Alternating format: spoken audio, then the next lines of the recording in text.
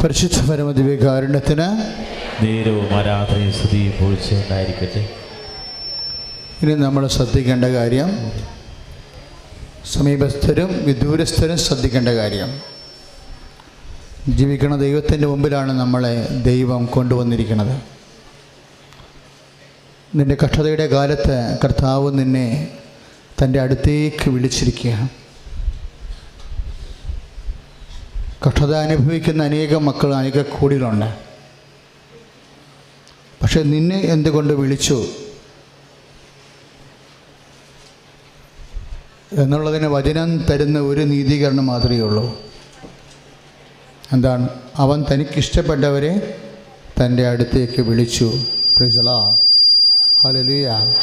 ഇപ്പം കഷ്ടതയുടെ കാലം അനുഭവം അനേകം മക്കൾക്കുണ്ട്. പക്ഷെ നമ്മളിലുള്ള എന്തോ ഒരു എലമെൻ്റ് ദൈവത്തെ സദാ നമ്മളിലേക്ക് ആകർഷിക്കുന്നതാണ്. എന്ത് എലമെൻ്റായിരിക്കും നമ്മളിലുള്ളത്? ദൈവം ഇങ്ങനെ ഈ കഷ്ടതയുടെ സമയത്ത് പ്രത്യേകിച്ച് നമ്മളെ ഇങ്ങോട്ട് വലിച്ച് ആകർഷിക്കാൻ വേണ്ടി അത് ഈശോ പറയുന്നുണ്ട് 6:44 യോഹന്നാൻ്റെ സുവിശേഷത്തിൽ. എന്താ? എൻ്റെ പിതാവിനാൽ ആകർഷിക്കപ്പെടാതെ. അപ്പം പിതാവ് ആകർഷിക്കണമെങ്കിൽ എന്ത് ചെയ്യണം? പിതാവിന് ഇഷ്ടം തോന്നണം. അതുകൊണ്ടാണ് മർക്കോസ് 3:17 പറയണത്, തനിക്കിഷ്ടപ്പെട്ടവരെ അടുത്തേക്ക് വിളിച്ചെന്ന്. ദൈവത്തിന് അങ്ങനെ ഒരു ടോപ്പോഗ്രഫി ഉണ്ട്. വിളിക്കുന്നവരെ എങ്ങനെ വിളിക്കണത്? അടുത്തേക്ക് വിളിച്ചു. എപ്പോഴും നമ്മളൊരു ധാരണ ഉണ്ടാകണം. എന്താ? ദൈവത്തിൻ്റെ അടുത്താണോ, നമ്മൾ അകലെയാണോ എന്ന്. അവരുടെ ഹൃദയം എന്നിൽ നിന്ന് അകലെയാണെന്ന് കർത്താവ് ഇടയ്ക്ക് പറയും. ബോഡി ചിലപ്പോൾ അടുത്തായിരിക്കും,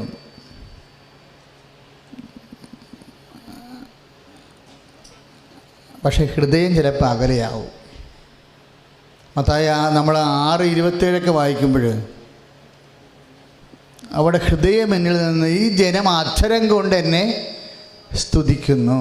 അപ്പം മുഖം അടുത്താണിരിക്കണത്, അധരം അടുത്താണിരിക്കണത്, പക്ഷേ എന്ത് പറ്റി?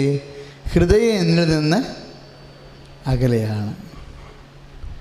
അപ്പോൾ നമ്മുടെ അനുഗ്രഹം നിശ്ചയിക്കണത് ദൈവത്തിൽ നിന്നുള്ള അടുപ്പമോ അകലമോ ആണ്.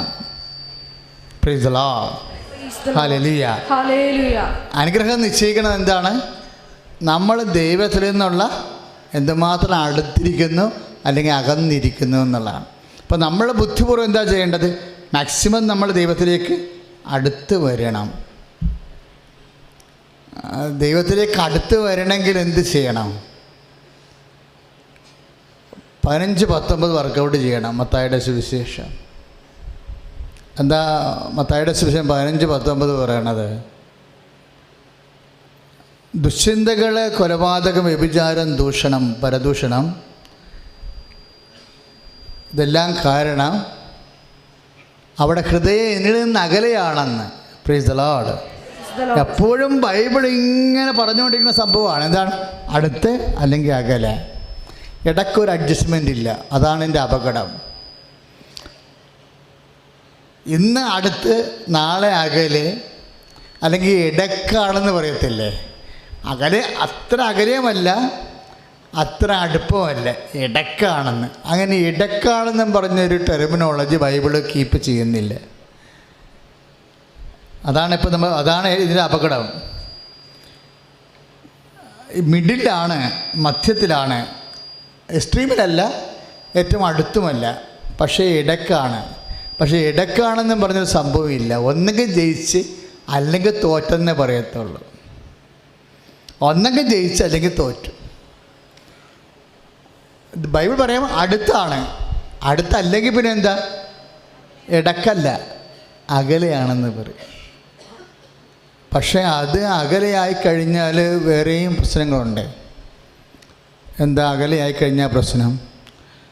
അകലം ഇങ്ങനെ കാലം ചെല്ലുന്തോറും അകന്ന് പോണത് ബൈബിൾ പറയും. കാലം അകന്നു പോയാൽ നമ്മൾ എത്രയും വേഗം ശ്രദ്ധിച്ചില്ലെങ്കിൽ കാലാന്തരത്തിൽ കാലം ചെല്ലുന്തോറും ഇപ്പോൾ ചില ഈ കൊച്ചി തുറമുഖം തന്നെ നോക്കിക്കേ, അത് ആദ്യകാലങ്ങളിൽ 1341 ഇതുപോലെ പ്രളയം ഉണ്ടായപ്പോൾ ചെറിയ ഒരു കൈത്തോടായിരുന്നു, ആകപ്പാടെ ഒരടിയുള്ള കൈത്തോടാണ്, അത്രേ ഉള്ളൂ. ഒരടി ഉണ്ടായിരുന്ന മാത്രം വീതി ഉണ്ടായിരുന്ന കൈത്തോടാണ്. വെള്ളം പെട്ടെന്ന് ഇതുപോലെ അതിവൃഷ്ടി ഉണ്ടായി, മനുഷ്യന് ചിന്തിക്കാൻ പറ്റാത്ത രീതിയിലുള്ള ദശലക്ഷക്കണക്കിന് വെള്ളം പെരിയാറ്റിൽ നിന്ന് ചൊരിഞ്ഞ് കുത്തിയപ്പോൾ കൊടുങ്ങല്ലൂർ പുഴയിലൂടെ പോയിക്കിരുന്ന വെള്ളമെല്ലാം അവിടെ കൊണ്ടുപോയി എക്കലും മണ്ണും അടിഞ്ഞ് പുഴ അടഞ്ഞു പോയി, അതിൻ്റെ കനം കുറഞ്ഞു പോയി. അപ്പോഴെന്ത് പറ്റി? കൊച്ചി കൂടി വേറെ ഒരു പുഴയുണ്ടായി. അത് കാലാന്തരത്തിൽ വലുതായി വലുതായി വലുതായി വലുതായി കപ്പൽ കയറി പോകുന്ന അവസ്ഥയായി. ഇപ്പം 40 അടിയൊക്കെയാണ് അതിൻ്റെ താഴെ, അത് പിന്നെയും കൂട്ടിക്കൊണ്ടിരിക്കുക. അക്കരയും ഇക്കരയും ആയിപ്പോയി. ഇപ്പോൾ പാലം പോലും ഉണ്ടാക്കാൻ പറ്റാത്ത രീതിയിലായി. തുറമുഖമായി കഴിഞ്ഞാൽ പിന്നെ പാലം ഉണ്ടാക്കാൻ പറ്റത്തില്ല. അല്ലെങ്കിൽ നേരെ ഫോർട്ട് കൊച്ചിയിൽ നിന്ന് വൈപ്പങ്കരയ്ക്ക് ചിക്കനൊക്കെ എത്താൻ പറ്റുമായിരുന്നു. ഇപ്പോഴും ചങ്ങാട വിട്ടിരിക്കുകയല്ലേ. ദൈവത്തിൽ നിന്ന് ഇതുപോലെ ചെറിയ ഒരു അകൽച്ചയായിരുന്നു ആദ്യം ഉണ്ടായിരുന്നത്. ഇത് പിന്നെ പെരിയാറിൻ്റെ അഴിമുഖം പോലെ ആയി പോകരുത്. ഹല്ലേലൂയ, യേശുവേ സ്തോത്രം, ഹല്ലേലൂയ. പ്രാർത്ഥിക്കുക, കർത്താവായ ദൈവമേ, ഞങ്ങൾക്ക് വേണ്ടിയും ഈ ശുശ്രൂഷ ലോകാന്തരങ്ങളിലെ പ്രാർത്ഥനാപൂർവം ലൈവായി പങ്കെടുത്തുകൊണ്ടിരിക്കുന്നവർക്ക് വേണ്ടിയും ഞങ്ങൾ പ്രാർത്ഥിക്കുന്നു. കർത്താവേ, ഇപ്പോൾ വെളിപാട് നൽകിയതുപോലെ ഞങ്ങളെ നിന്നോട് അടുത്ത് വരുവാൻ അടുത്തായിരിക്കുവാൻ എന്നും അടുത്തായിരിക്കുവാൻ ഞങ്ങളെ സഹായിക്കണമേ. അമ്മേ, പരിശുദ്ധമ്മേ, മാധ്യസ്ഥം വഹിക്കണമേ. ഈശോന്റെ ആത്മാവേ, പരിശുദ്ധാത്മാവേ, സഹായിക്കണമേ. സ്തുതിക്കട്ടെ. ഹല്ലേലൂയ, കൃപയേറും നാഥ, കരങ്ങൾ ഉയർത്തിക്കൊണ്ട് സ്തുതിക്കട്ടെ. കൃപയേറും നാഥാനിന്റെ സവിതേ ഞങ്ങൾ അണയുകയാണ്. സവിതേ വരുന്നു ഞങ്ങൾ, കൃപമായി പെയ്യണമേ, മരുഭൂവിൽ ജീവിച്ചിടാം. കൃപയേറിന്റെ സവിതേ വരുന്നു ഞങ്ങൾ, കൃപമായി പെയ്യണമേ, മരുഭൂവിൽ ജീവിച്ചിടാം. Praise the Lord. Praise the Lord. Hallelujah. Hallelujah. യേശുവേ സ്തോത്രം, യേശുവേ നന്ദി. മക്കളെ, പെട്ടെന്ന് നമ്മൾ ശ്രദ്ധിക്കേണ്ട ഒരു വിഷയം എന്ന് പറയുന്നത്, അതായത് ഇപ്പം നിങ്ങൾക്ക് ദൈവമായിട്ട് അടുത്ത് വരാനുള്ള എളുപ്പ വഴിയാണല്ലേ നമ്മൾ ചിന്തിക്കണേ. എളുപ്പ വഴി അച്ഛന് ഇത്രയും നാളെ മനസ്സിലായിരിക്കണത്, ഒത്തിരി എളുപ്പ വഴികളുണ്ട്. അതിലൊരെണ്ണം നമ്മൾ ഈ ക്ലേശകാലത്ത് കൈവരിക്കണ നിലപാടാണ്. ക്ലേശകാലം എന്ന് പറഞ്ഞാൽ എന്താ? ഇപ്പം നിങ്ങളിവിടുത്തെ സാക്ഷ്യങ്ങൾ കേട്ടില്ലേ? ആ സാക്ഷ്യങ്ങൾ കേൾക്കുമ്പോൾ പരിശുദ്ധാത്മാവ് നമ്മളോട് എന്താ പറയണത്? നിൻ്റെ യോഗ്യതയെ അടിസ്ഥാനപ്പെടുത്തിയല്ല, എൻ്റെ കരുണയെ അടിസ്ഥാനപ്പെടുത്തിയാണ് ഞാൻ നിന്നെ സഹായിക്കണത്. ആ സാക്ഷ്യങ്ങളെല്ലാം വായിച്ചു നോക്കുമ്പോൾ, കേട്ട് വരുമ്പോൾ നമ്മുടെ മനസ്സിൽ പരിശുദ്ധാത്മാവ് നൽകുന്ന സന്ദേശം എന്താണ്? നിൻ്റെ യോഗ്യതയെ അടിസ്ഥാനപ്പെടുത്തിയല്ല, എനിക്ക് നിന്നോടുള്ള കരുണയെ അടിസ്ഥാനപ്പെടുത്തിയാണ് നിനക്ക് സ്വസ്ഥതയും സമാധാനവും ലഭിക്കണത്. അത് കുറച്ചുകൂടി എളുപ്പമാണ്. നമുക്ക് ടെൻഷൻ വരണേ എന്താ? ഇതെല്ലാം നമ്മുടെ യോഗ്യതയെ അടിസ്ഥാനപ്പെടുത്തി ആയിരിക്കുന്നത് കൊണ്ടാണ് ടെൻഷൻ വരുന്നത്. ഇപ്പോൾ ഒരു മോള്, അവൾ ഉടമ്പടിയെല്ലാം കഴിഞ്ഞു, ഉടമ്പടി പൂർത്തീകരിച്ച് അച്ഛനെ വന്ന് കണ്ടു. മെസ്സേജ് എടുത്തു. അപ്പോൾ മെസ്സേജ് ഒബ്ജക്റ്റീവ് മെസ്സേജ് ആകുന്ന കാരണം വൈറ്റ് ആൻഡ് ബ്ലാക്ക് ആയിട്ട് കൃത്യം യെസ് ഓർ നോ മെസ്സേജ് കിട്ടും. അപ്പം ഞാനത് തുറന്ന് പറഞ്ഞു, മോളെ നീ ആവശ്യമില്ലാതെ ഒത്തിരി ഇതിൻ്റെ അകത്ത് സ്റ്റിക്ക് ഓൺ ചെയ്യരുത്, ഇത് നിനക്ക് ഒന്ന് മാറ്റി പിടിക്കണമായിരിക്കും നല്ലത്. അപ്പോൾ അവൾക്ക് വല്ലാത്ത സങ്കടമായി. എന്താ സങ്കടം? വിദേശത്ത് പോകാൻ പറ്റത്തില്ലല്ലോ, ജോലി കിട്ടത്തില്ലല്ലോ. അപ്പോൾ എനിക്കിങ്ങനെ സോപ്പിട്ട് അഡ്ജസ്റ്റ് ചെയ്യാനൊന്നും പറ്റത്തില്ല. ഇപ്പോൾ നമ്മുടെ മോതിരമൊക്കെ ഊരിപ്പോയി കഴിഞ്ഞാൽ ഫിറ്റാണെങ്കിൽ നമ്മളവിടെ സോപ്പിട്ടിട്ട് എടുത്ത് ഊരി മാറ്റും അല്ലേ. അപ്പോൾ അതുകൊണ്ട് നമുക്ക് കർത്താവ് എന്ത് പറഞ്ഞു അതല്ലേ അച്ഛൻ പറയത്തുള്ളൂ. അല്ലെ, അവർക്ക് വിഷമം ഉണ്ടാകും, അങ്ങനെയൊന്നും ചിന്തിക്കത്തില്ല. ഇവിടെ എന്താണ് വെളിപ്പെടുന്നത് അത് പറയും. അത് വചനത്തിലായാലും അത് പിന്നെ പറയും. കാര്യം വചനം കർത്താവ് നമ്മളെ ശുശ്രൂഷയിരിക്കുന്ന കാരണം ഒരിക്കലും നമ്മൾ ദൈവത്തിൻ്റെ വചനത്തിൽ ആണ് വിശ്വസിച്ച് ജീവിക്കണമെന്നുണ്ടെങ്കിൽ ദൈവം ആ വചനത്തിലൂടെ തന്നെ നമ്മളോട് സംസാരിച്ചുകൊണ്ടിരിക്കും. ദൈവവചനത്തിൽ അങ്ങനെ ഒരു വിഷയമുണ്ട്. അതായത് നിങ്ങളെപ്പോഴും ഒരു വഴി, നമ്മൾ ഇതുവഴിയാണ് വരണത്, ഇതുവഴിയാണ് വരണത് എന്ന് ദൈവത്തിലേക്ക് വരാനൊരു വഴി. ഇപ്പം ഞാനൊരിക്കലും കൃപാസനത്തിൽ പുറകിൽ കൂടി വരുമോ, വന്ന് കൃപാസനത്തിൽ കയറുമോ? ഇല്ല. എനിക്ക് വരണമെങ്കിൽ ഒരു വഴിയുണ്ട്. എന്താ? ഞാൻ സാധാരണ വരണ ഇവിടുന്ന തെക്കട്ടശ്ശേരി നിന്നാണ് വരണം, എൻ്റെ ഇടവകയെന്ന് വരണേ. എങ്ങനെ? വടക്കുന്ന് വന്നിട്ട് ഞായറാഴ്ചയാണെങ്കിൽ എൻ്റെ കൂടെ ഉള്ളവർക്കറിയാം ഞാൻ കിഴക്കൻ വഴിക്കേ വരത്തുള്ളൂ. മറ്റ് ദിവസങ്ങളാണെങ്കിൽ ഞാൻ പടിഞ്ഞാറൻ വഴിക്കേ വരണത്. അപ്പോൾ അടുത്തുള്ളവർക്ക് എങ്ങനെ വരും, അച്ഛൻ എങ്ങനെ വരും, ഏത് വഴിക്കൂടി വരുമെന്ന് അടുപ്പമുള്ളവർക്ക് അറിയാൻ പറ്റും. ഇതുപോലെ നിനക്ക് ദൈവത്തിലേക്കൊരു വഴിയുണ്ട്.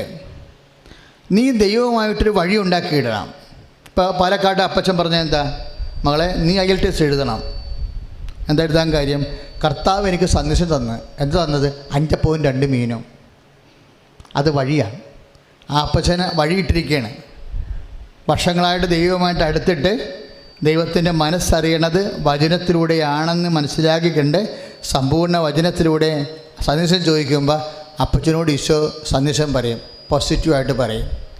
അപ്പം അപ്പൻ അതിൽ വിശ്വസിക്കേണ്ട കാരണം അപ്പന് കർത്താവ് ഒരു വാക്ക്, അത് എൻ്റെ മക്കളെ നിങ്ങൾ കുറേ വളരുമ്പോൾ എന്തെങ്കിലും ഒരു വഴി കണ്ടുപിടിക്കണം. ദൈവമായിട്ട് നമുക്കിപ്പോൾ ഒരു വരെ സാക്ഷ്യം കണ്ടില്ലേ? ആ ഡോക്ടർ രോഗി കിടന്ന് സ്വപ്നം കാണുകയാണ്. സാക്ഷ്യം കേട്ടില്ലേ? എന്താ സ്വപ്നം? ആ രോഗം മാറണില്ല.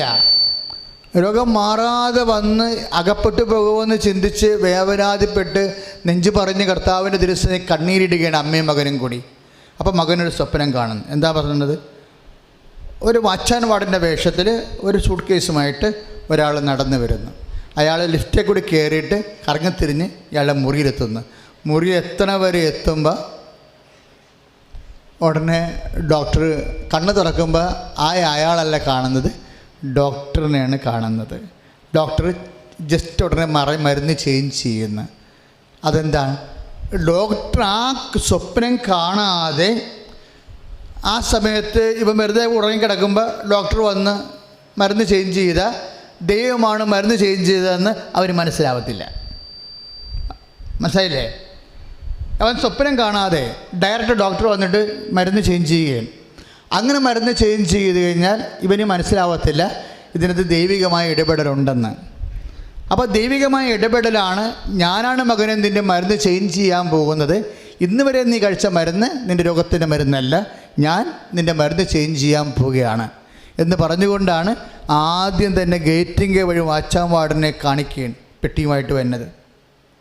അവൻ വന്ന് സെക്കൻഡ് ഫ്ലോറിലോട്ട് വന്നിട്ട് ലിഫ്റ്റ് കയറിയിട്ട് ഇയാളുടെ മുറിയിലോട്ട് വന്ന് ഇവന് എത്തിയപ്പോൾ തന്നെ ആ സെക്കൻഡ് കണ്ണ് തുറക്കുകയും കാണുന്ന ആരെയും വാച്ചാൻ വാർഡിലെ ഡോക്ടറാണ് കാണുന്നത്. അതിൻ്റെ അർത്ഥം എന്താണ്? ഇതിൽ നിന്ന് നമുക്ക് വായിച്ചെടുക്കാൻ പറ്റുന്ന സത്യം, കർത്താവ് ആ മകൻ്റെ മരുന്ന് ചേഞ്ച് ചെയ്യാൻ പോവുകയാണ്. പെട്ടെന്ന് തീരണ രോഗം സുഖപ്പെടുന്ന മരുന്ന് ഈശോ ചേഞ്ച് ചെയ്യാൻ പോവുകയാണ്. അതിനെന്താണ് ഈശോ ഉപയോഗിച്ചിരിക്കുന്നത്? സ്വപ്നമാണ് ഉപയോഗിച്ചിരിക്കുന്നത്, ഇല്ലേ? സ്വപ്നമാണ് ഉപയോഗിച്ചിരിക്കുന്നത്. അപ്പോൾ സ്വപ്നം ഉപയോഗിക്കുമ്പോൾ ഇപ്പോൾ ഒരു ഒരു മകൾ സാക്ഷ്യം പറഞ്ഞു. എന്താ? ഇടുക്കി ജോലി കിട്ടിയ ആൾ സാക്ഷ്യം എന്താ പറഞ്ഞത്?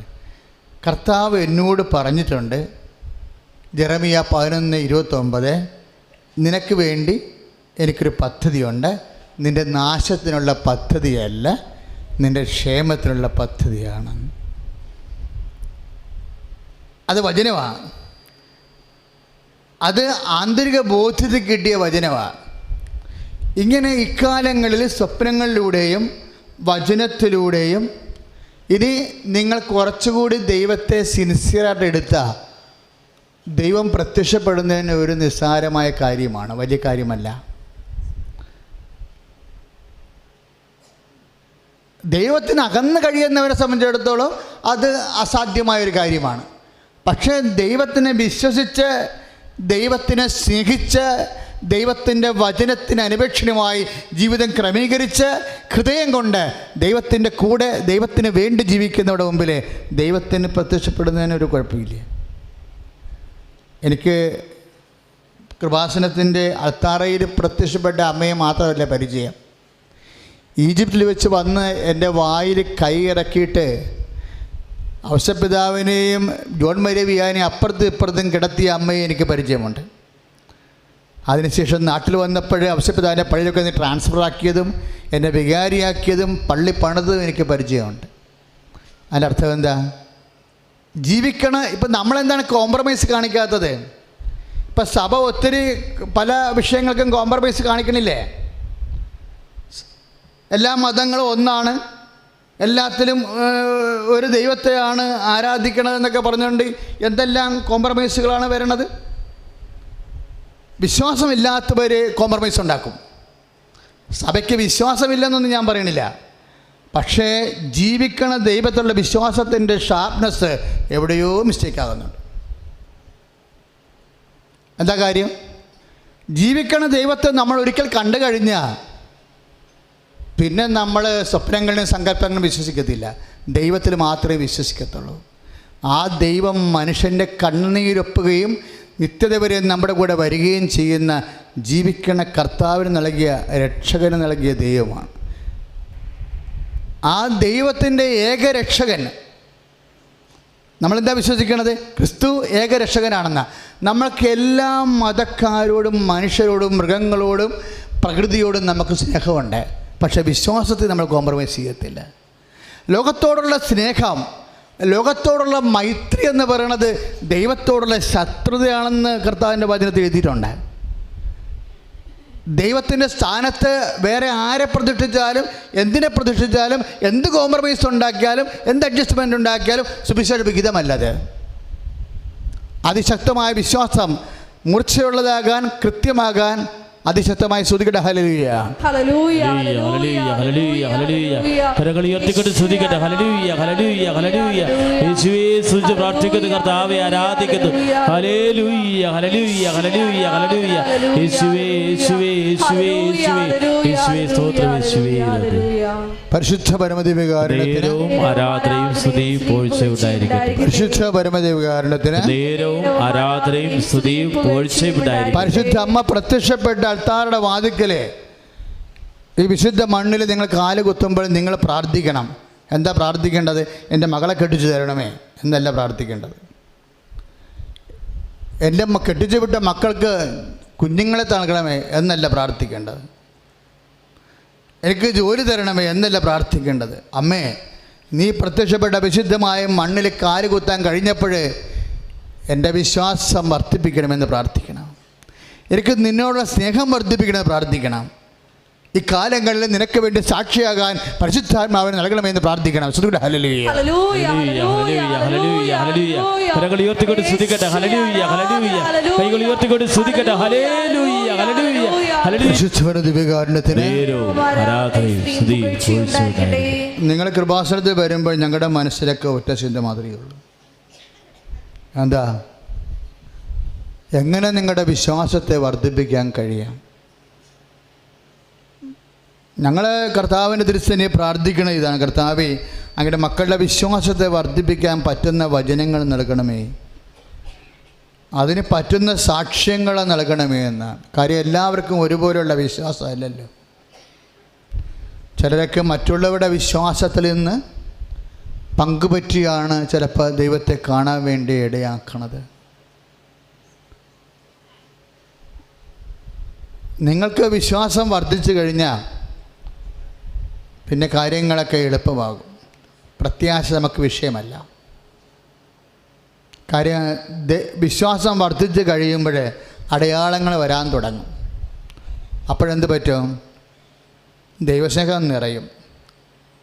ദൈവസ്നേഹം നിറഞ്ഞാൽ പ്രത്യാശ താനേ ഉണ്ടാകും. ചില ആൾക്കാരൊക്കെ കുഞ്ഞുങ്ങൾക്ക് വേണ്ടി എത്ര കാലം വേണമെങ്കിലും കാത്തിരിക്കുന്നുണ്ടല്ലോ. എപ്പോഴായാലും കർത്താവ് തരും. പിന്നെ ഒരു ടൈം കഴിയുമ്പോൾ അവർ പറയും കർത്താവ് തന്നില്ലേ കുഴപ്പമില്ല, കർത്താവിൻ്റെ ഇഷ്ടം നിറവേറിയാൽ മതി. അത് കൊടിയ ദൈവസ്നേഹത്തിലേക്ക് വരുമ്പോഴാണ്. ആദ്യമേ കുറച്ച് ഞാനൊന്നും പറയത്തില്ല. കുഞ്ഞുങ്ങളെ കിട്ടത്തില്ലെങ്കിൽ പോലും ജോസഫച്ചൻ കയറി പറയത്തില്ല. എനിക്കറിയാൻ പറ്റും കിട്ടുമായില്ല എന്നുള്ളത്. മെസ്സേജ് എടുക്കുമ്പോൾ നമുക്കറിയാൻ പറ്റും. കാര്യം ഞാൻ ഈ മെസ്സേജിൻ്റെ അകത്ത് എനിക്ക് എന്തെങ്കിലും മിസ്റ്റേക്ക് ഉണ്ടായാൽ ഈ സ്ഥാപനം അടച്ചു പോകും. അതുകൊണ്ട് രാത്രിയും പകലും വിശുദ്ധീകരിച്ച് ഞാൻ പ്രാർത്ഥിക്കും. ഇപ്പോൾ തുടങ്ങിയാലല്ലോ 10-30 കൊല്ലമായില്ലേ. ഞാൻ പറയും കർത്താവേ, ജനങ്ങൾ വിശ്വസിക്കുന്നത് കർത്താവിൻ്റെ വചനത്തിലാണ്. അപ്പം ചില സമയത്ത് നമുക്കറിയാൻ പറ്റും. ഇപ്പോൾ 10 പേര് വരുന്നു കുഞ്ഞുങ്ങളില്ലാത്തവർ. ആ 10 പേര് വരുമ്പോൾ 5 പേർക്ക് ചിലപ്പോൾ 2 പേർക്ക് ചിലപ്പോൾ കുഞ്ഞുങ്ങളെ കിട്ടത്തില്ല ജീവിതകാലം മുഴുവനും. അതെനിക്കറിയാൻ പറ്റും. പക്ഷെ ഞാൻ പറയത്തില്ല. എന്താ കാര്യം? അതിന് സബ്സ്റ്റിറ്റ്യൂട്ടുണ്ട്. അതുകൊണ്ടാണ് പറയാത്തത്. അതിനെ 10 കുഞ്ഞുങ്ങൾ അവൾക്കുണ്ടാകുന്നതിനേക്കാളും അവിടെ ഹൃദയത്തെ ആന്തരികമായി അഭിഷേകം ചെയ്യാനുള്ള സബ്സ്റ്റിറ്റ്യൂട്ടുണ്ട് ദൈവത്തിൻ്റെ കയ്യിൽ. എല്ലാത്തിനുണ്ട് സബ്സ്റ്റിറ്റ്യൂട്ട്. കുഞ്ഞിനെ വേണം ദൈവത്തിനെ വേണമെന്ന് ചോദിക്കുമ്പോൾ ചില പെണ്ണുങ്ങൾ പറയും ദൈവത്തിനെ കിട്ടില്ലെങ്കിൽ കുഴപ്പമില്ല, കുഞ്ഞിനെ കിട്ടിയാൽ മതി എന്ന് പറയും. അവിടെ കടുത്ത് തീരുമാനമാകും. ചിലർ പറയും കുഞ്ഞിനെ കിട്ടണം കിട്ടാത്തതൊക്കെ കർത്താവിൻ്റെ കാര്യമാണ്, എൻ്റെ കർത്താവ് എന്നിൽ നിന്ന് പിരിഞ്ഞു പോകരുത് അച്ഛാ, എനിക്ക് അഭിഷേകം കിട്ടാൻ വേണ്ടി പ്രാർത്ഥിക്കാൻ പറയും. ക്രിസ്ത്യത്തിൽ ഏറ്റവും വലിയ സംഭവം എന്ന് പറഞ്ഞാൽ അഭിഷേകമാണ്. അതിൻ്റെ അഭിഷേകം കിട്ടിക്കഴിഞ്ഞാൽ ഞാൻ നിങ്ങളുടെ കണ്ണിൽ നിന്ന് കണ്ണീരെല്ലാം തുടച്ച് നീക്കുമെന്ന് പറയണില്ലേ. ഇനിമേൽ മരണം ഉണ്ടാവത്തില്ലെന്ന് പറയത്തില്ലേ. വെളിപാടിൻ്റെ പുസ്തകം 21 നമ്മൾ വായിക്കണതില്ലേ. 21:4 തൊട്ടുള്ള വചനങ്ങളിൽ എന്താണ്? ഞാൻ അവിടെ കണ്ണിൽ നിന്ന് കണ്ണീരെല്ലാം തുടച്ച് മാറ്റും. എന്ന് വെച്ചാൽ കണ്ണീര് രണ്ട് തരത്തിൽ തുടച്ച് മാറ്റാൻ പറ്റും. വീടില്ലാത്തവർക്ക് വീട് നൽകിക്കൊണ്ട് തുടച്ച് മാറ്റാൻ പറ്റും. വീടില്ലാത്തവരുടെ അങ്കലാപ്പുകൾ കർത്താവ് ആഗ്രഹിക്കുന്ന സമയം വരെ അതിൻ്റെ ആദിയും വ്യാധിയും പുകയും നിൻ്റെ ഹൃദയത്തെ അനുഭവിപ്പിക്കാതെ കർത്താവിന് നിന്നെ അനുഗ്രഹിക്കാൻ പറ്റും. അതിനാണ് അഭിഷേകം എന്ന് പറഞ്ഞത്. ഇതാ സർപ്പങ്ങളുടെയും തേളുകളുടെയും ശത്രുവിൻ്റെ സകല ശക്തികളുമേ ചവിട്ടി നടക്കാൻ ഞാൻ നിനക്ക് അധികാരം നൽകുന്നു. അനുഗ്രഹം ഭൗതികമായ വിഷയമാണ്, അധികാരം കൃപയാണ്. തടിന്തണ്ട. അനുഗ്രഹം ഭൗതികമായ വിഷയമാണ്. ഒരു വീടില്ലാത്തവർക്ക് വീട്, ജോലിയില്ലാത്തവർക്ക് ജോലി, IELTS പാസ്സാകാത്തവർക്ക് എല്ലാ മൊഡ്യൂൾസിനും ഫുൾ മാർക്ക്, അത് അനുഗ്രഹമാണ്. ജോലിയില്ലാതെ വർഷങ്ങൾ നിന്നിട്ടും എഴുതിയ പരീക്ഷയെല്ലാം തോറ്റിട്ടും പിന്നെയും നിൽക്കുന്ന ഒരു സംഭവം ഉണ്ടാവും. അത് കുഞ്ഞാടിൻ്റെ അഭിഷേകമാണ്. കൊല്ലപ്പെട്ടിട്ട് നിൽക്കും കുഞ്ഞാടെ നിന്നെ വാഴ്ത്തുമെന്ന് പറഞ്ഞില്ലേ ബൈബിൾ അവസാനം വരെ. എല്ലാ പീഡകളും എല്ലാ ഞെരുക്കിനും അനുഭവിച്ചിട്ട് ഈ ലോകത്തിൻ്റെ ഭീഷണികൾക്കും ദുഃഖങ്ങൾക്കും ദുരിതങ്ങൾക്കും മനസ്സടിപെടാതെ ദൈവത്തെ ഏറ്റുപറച്ചുകൊണ്ട് ഒരു നിപ്പുണ്ട്. വചനം എന്താ പറയണത്?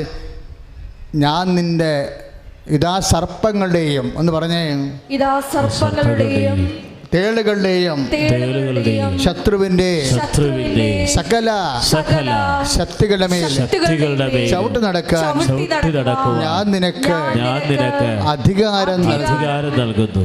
അധികാരമുണ്ട്, അനുഗ്രഹവുമുണ്ട്. അനുഗ്രഹം ഭൗതികമായ ഇടപെടലാണ് ദൈവത്തിൻ്റെ. അധികാരം എന്ന് പറഞ്ഞാൽ എന്താ? ഈ ഭൗതികമായ അനുഗ്രഹങ്ങൾ കിട്ടിയില്ലെങ്കിലും അതിൻ്റെ ഇരട്ടി കിട്ടിയതുപോലെ ആന്തരികമായ സന്തോഷത്തോടെ ജീവിക്കുന്ന ഒരു കൃപയുടെ അഭിഷേകമുണ്ട്. അത് ദൈവം തന്നെയാണ്. മറ്റൊരു ദൈവത്തിൻ്റെ ഫേവേഴ്സാണ്. 2 കാര്യങ്ങളാണ്. കൃപാസനത്തിൽ വരുമ്പോൾ മക്കൾ 6 കാര്യങ്ങൾ നിങ്ങൾ ഉടമ്പടിയിൽ എഴുതുന്നു. അച്ഛൻ അപ്പോഴും പ്രാർത്ഥിക്കും. എന്താ? 1-ാമത്തെ കാര്യം ജോലി, 2-ാമത്തെ കാര്യം വീട്, 3-ാമത്തെ കാര്യം കുഞ്ഞുങ്ങൾ, 4-ാമത്തെ കാര്യം സ്ഥലം, 5-ാമത്തെ കാര്യം പ്രൊമോഷൻ. അപ്പോഴും ഞാൻ പറയും കർത്താവേ 6-ാമത്തെ കാര്യമെങ്കിലും പരിശുദ്ധാത്മാവായിരിക്കണേ എന്ന്. എവിടെയാകാൻ 6-ാമത്തെ കാര്യം ഒന്നുമില്ലെങ്കിൽ വഴിയെ പോണവൻ്റെ കാര്യങ്ങൾ എഴുതി വെക്കും. ആറാമത്തെ കാര്യമെങ്കിലും പരിശുദ്ധാത്മാവിന് കൊടുക്കണ്ടേ? ചില ആൾക്കാർ ഉടമ്പടി കൈ തരുമ്പോൾ തന്നെ കർത്താവെ പരിശുദ്ധാത്മാവ് നിറക്കണമെന്ന് എഴുതും. എന്നാൽ പിന്നെ ബാക്കി 5 കാര്യത്തിന് തീരുമാനമാകും. ആദ്യമേ ബുദ്ധിബോധമുള്ള ആൾക്കാർ ആദ്യമേ കയറും. ഇനി മുതൽ കൃത്രിമമായിട്ട് എഴുതി വെക്കാനൊന്നും ഞാൻ പറഞ്ഞിട്ടില്ല. പക്ഷേ നിങ്ങൾ ആദ്യമേ ഉടമ്പടി പേപ്പർ കയ്യിലെടുക്കുമ്പോൾ ആദ്യമേ കർത്താവെ പരിശുദ്ധാത്മാവ് നിറക്കണമേ എന്ന് എഴുതാൻ തോന്നിപ്പോയാൽ നിങ്ങൾ ദൈവത്തിൻ്റെ അടുത്തെത്തിയിരിക്കണമെന്ന് മനസ്സിലാകും. എന്താ കാര്യം വെച്ച് കഴിഞ്ഞാൽ ഈ കർത്താവ് പറഞ്ഞില്ലേ, ഈ വെള്ളം കുടിക്കണവന് ഇനിയും ദാഹിക്കും. 4:13 യോഹന്നാൻ്റെ സുവിശേഷത്തിലെ, ഞാൻ തരുന്ന വെള്ളം കുടിക്കുന്നവർക്ക് ഒരിക്കലും ദാഹിക്കത്തില്ല. ഞാൻ തരുന്ന വെള്ളം എന്താണ്? 63 ഉള്ള വെള്ളം എന്താണ്? ജീവിക്കണ ദൈവം, പരിശുദ്ധാത്മാവ്, ജീവൻ്റെ ജലം. ഈ പരിശുദ്ധാത്മാവിനെ കിട്ടിക്കഴിഞ്ഞാൽ ജോലി 5 കൊല്ലം കഴിഞ്ഞ് കിട്ടത്തുള്ളെങ്കിലും ഇവൻ 5 കൊല്ലം വരെ വിഷമടിക്കാതെയും വീട്ടിൽ പ്രശ്നം ഉണ്ടാക്കാതെയും വെള്ളമടിക്കാതെയും നിന്നോളൂ. ഇപ്പം ചില പറയുന്നത് ദൈവത്തെ നിങ്ങൾക്കറിയാമല്ലോ. ഇപ്പം ഞാൻ കുഞ്ഞ് ഇറങ്ങിപ്പോയി, ഞാൻ പറഞ്ഞു മോളെ നിനക്ക് ഈ മെസ്സേജ് പ്രകാരം ജോലി കിട്ടാനുള്ള സാധ്യത ഇല്ല. അപ്പോൾ ഇവളവിടെ ഭയങ്കരമായി സങ്കടപ്പെട്ടു പോയി. അപ്പോൾ ഈ കൃപാസനം അൾത്താരയിലാണ് ഇപ്പോൾ മെസ്സേജ് എടുക്കേണ്ടത്, നിങ്ങൾക്കറിയാമല്ലോ. സെക്കൻഡ് സ്റ്റെപ്പ് മെസ്സേജ് എടുക്കേണ്ടത് ഇവിടെ വെച്ചാണ്. ഞാൻ ഇവിടെ വെച്ച് മെസ്സേജ് എടുക്കാൻ കാരണം എന്ന് വെച്ച് കഴിഞ്ഞാൽ ഇവിടെ അമ്മയുടെ ഒരു ഗ്യാരണ്ടി നമുക്ക് കിട്ടും, പിന്നെ ബലിപീഠത്തിൻ്റെ ഒരു സപ്പോർട്ട് കിട്ടും. ഇവിടെ വെച്ച് മെസ്സേജ് എടുക്കുന്ന സ്ഥലമാണിത്. അപ്പോഴേ തിരക്കുണ്ടാകുന്ന ചില സമയത്ത് തിരക്ക് കൂടിപ്പോയാലും അമ്മയുടെ സാന്നിധ്യമുണ്ട്. അൾത്താരയിൽ ആണ് വെച്ചാൽ മെസ്സേജ് എടുക്കുന്നത്. അപ്പോൾ എക്സ്പ്ലനേഷൻ്റെ അകത്ത് എന്തെങ്കിലും മിസ്റ്റേക്കുകൾ, ചെറിയ കരട് മിസ്റ്റേക്ക് ഉണ്ടായാലും നമുക്ക് റിസ്ക് ഇല്ല. എന്താ കാര്യം? കർത്താവ് കൈകാര്യം ചെയ്തോളൂ. ഇപ്പോൾ മെസ്സേജ് ഇപ്പോൾ എടുക്കേണ്ട പലർക്കും ആൾക്കാർക്കും മെസ്സേജ് എടുക്കേണ്ട കാര്യമില്ല. ജസ്റ്റ് ഉടമ്പടി തന്നെ കൂടി അങ്ങനെ പ്രാർത്ഥിച്ച് നിങ്ങൾ എന്ത് ചെയ്തേ, ഉടമ്പടിയുടെ ഒരു ലക്ഷ്യമായിട്ട് അച്ഛനെ കാണുന്നത് വലിയ ഒരു വിഷയമായിട്ട് എടുക്കുന്നതാണ് നിങ്ങൾക്ക് പറ്റുന്ന അബദ്ധം. ഉടമ്പടി തന്നെയാണ് ലക്ഷ്യമെന്നുണ്ടെങ്കിൽ ഉടമ്പടി കൊണ്ട് തന്നെ ഈ വിഷയം കൈകാര്യം ചെയ്യും. നിങ്ങൾ അച്ഛനെ കാണുന്ന ഒരു പ്രധാനപ്പെട്ട വിഷയമായിട്ട് എടുക്കുന്നത് കൊണ്ടാണ് എനിക്കത് എന്തുമാത്രം ആരോഗ്യപരമാണെന്ന് തോന്നണില്ല. അച്ഛനെ കാണുന്നത് എപ്പോഴാണ്? അട്ടർ കൺഫ്യൂഷൻ ഉണ്ടാകുമ്പോഴാണ് കാണേണ്ടത്. ഒരു തീരുമാനം എടുക്കണം. 28 ലക്ഷം രൂപയൊക്കെയാണ് കൊടുക്കേണ്ടത്. 28 ലക്ഷം രൂപ കൊടുക്കണമെങ്കിൽ കിഡ്നി വരെ വെക്കേണ്ടി വരും. കൊടുത്താൽ ഗുണമുണ്ടോ എന്ന് അറിയണം. അതറിയേണ്ട കാര്യമാണത്, അല്ലേ? അതറിയേണ്ട കാര്യമാണ്. അപ്പം അങ്ങനെ ഒരു വിഷയം, ഒരു സന്നിഗ്ധാവസ്ഥ വരുമ്പോഴാണ് ദൈവം നമുക്ക് നൽകിയിട്ടുള്ള കൽപ്പിതമായിട്ടുള്ള പഴയ നിയമം മുതലുള്ള ദൈവികമായ മാർഗങ്ങളുണ്ട്. അതനുസരിച്ചാണ് vision message, chart message, biblical message. ഇനി ഇതൊന്നും ഇല്ലെങ്കിൽ നിങ്ങൾക്ക് ഡയറക്റ്റാണെങ്കിൽ സ്വപ്നങ്ങളിലൂടെയും കർത്താവ് സംസാരിക്കും. ദൈവം നമ്മോട് സംസാരിക്കുമെന്ന് നിങ്ങൾ തീരുമാനിച്ച കാര്യങ്ങൾ എളുപ്പമാവും. ദൈവം നിങ്ങളോട് സംസാരിക്കുമെന്ന് നിങ്ങൾ തീരുമാനിച്ചാൽ കാര്യങ്ങൾ എളുപ്പമാവും. എന്താ കാര്യം? പിന്നെ നമ്മളെ ശ്രദ്ധിക്കും. കർത്താവ് സംസാരിക്കാനുള്ളതാണ്. ഇപ്പം ഞങ്ങൾ വീടൊക്കെ വെഞ്ചരിക്കാൻ ചെല്ലുമ്പോൾ ആൾക്കാർ എന്തെല്ലാം കൃത്യമായിട്ടാണ് വീടൊക്കെ അടിച്ച് വാരി വൃത്തിയാക്കി ഭംഗിയാക്കി ഇടണല്ലേ. അതുപോലെ കർത്താവ് എന്നോട് സംസാരിക്കേണ്ടതാണെന്ന് ഞാൻ അറിഞ്ഞാൽ ഞാൻ പിന്നെ പരമാവധി സുവിശേഷ വിഹിതമായി എന്നെ പുനഃക്രമീകരിക്കും. പക്ഷേ സുവിശേഷ വിഹിതമായി നിങ്ങളെ പുനഃക്രമീകരിക്കുമ്പോൾ എൻ്റെ മക്കൾ ശ്രദ്ധിക്കണം, അത് ഔട്ട് ഓഫ് ലവ് ചെയ്യണം. എങ്ങനെ? ദൈവത്തോടുള്ള സ്നേഹത്താൽ ചെയ്യണം. അല്ല കാര്യം കാണാൻ വേണ്ടിയുള്ള അഡ്ജസ്റ്റ്മെൻ്റ് ആവരുത്. പല വിശുദ്ധീകരണവും വരണത് എങ്ങനെയാണെന്ന് അറിയാവോ? കാര്യം കാണാൻ വേണ്ടിയുള്ള അഡ്ജസ്റ്റ്മെൻറ്റാണ്. ഇപ്പോൾ നിനക്ക് ജോലി IELTS പാസ്സായിരുന്നാൽ കുമ്പസാരിച്ചേക്കാം, വിശുദ്ധിയോട് ജീവിക്കാൻ, കുർബാന പ്രാർത്ഥനയിൽ പങ്കെടുത്തേക്കാം എന്നൊക്കെ പറഞ്ഞാൽ എന്തിൻ്റെ IELTSൻ്റെ പരീക്ഷ വരാൻ പോണതുകൊണ്ടല്ല. കാര്യം കാണാൻ വേണ്ടിയുള്ള അഡ്ജസ്റ്റ്മെൻറ്റായിട്ട് വിശുദ്ധീകരണം വരുമ്പോഴെന്താ പറ്റണത്? ആ കാര്യം കണ്ടു കഴിയുമ്പോൾ ദൈവത്തിൽ നിന്ന് അകന്നു പോകും. അപ്പം നീ ദൈവത്തിന് പിടികൊടുക്കരുത്. നിനക്ക് പറ്റുന്ന അബദ്ധം അതാ. ഇപ്പം പലരും കാര്യം കാണാൻ വേണ്ടിയുള്ള അഡ്ജസ്റ്റ്മെൻറ്റായിട്ടാണ് വിശുദ്ധീകരണം വരണത്. മറിച്ച് ദൈവത്തോടുള്ള സ്നേഹം കൊണ്ടാണെങ്കിൽ വിശുദ്ധീകരണം വരണമെങ്കിൽ ഉടമ്പടി കുറച്ചുകൂടി എളുപ്പമാവും. ഇപ്പം കാര്യം കാണാൻ വേണ്ടിയുള്ള അഡ്ജസ്റ്റ്മെൻ്റ് ആണെന്ന് പറയുമ്പോൾ ദൈവത്തിന് അറിയാൻ പറ്റും. കാര്യം കണ്ടു കഴിഞ്ഞാൽ നീ പഴയ രീതിയിലേക്ക് പോകുമെന്ന്. അതാണ് ഈ പ്രശ്നം. ദൈവത്തിന് ഞാൻ എപ്പോഴും എൻ്റെ മക്കളോട് പറയുന്നതാണ്, പോലീസിനും പട്ടാളത്തിനും പിടികൊടുക്കാം, പക്ഷേ ദൈവത്തിന് പിടികൊടുക്കരുത്. എന്താ കാര്യം?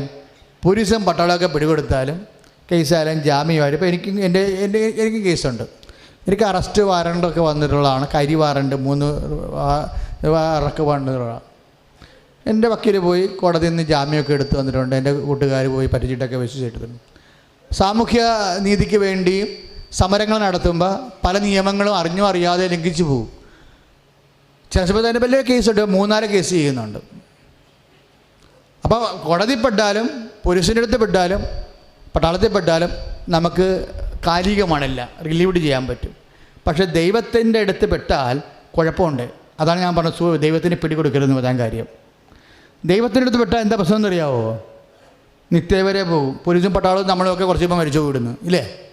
പോലീസും പട്ടാളമൊക്കെ കുറച്ച് കഴിയുമ്പോൾ, ആ ടൈം കഴിയുമ്പോൾ അത് മാറും.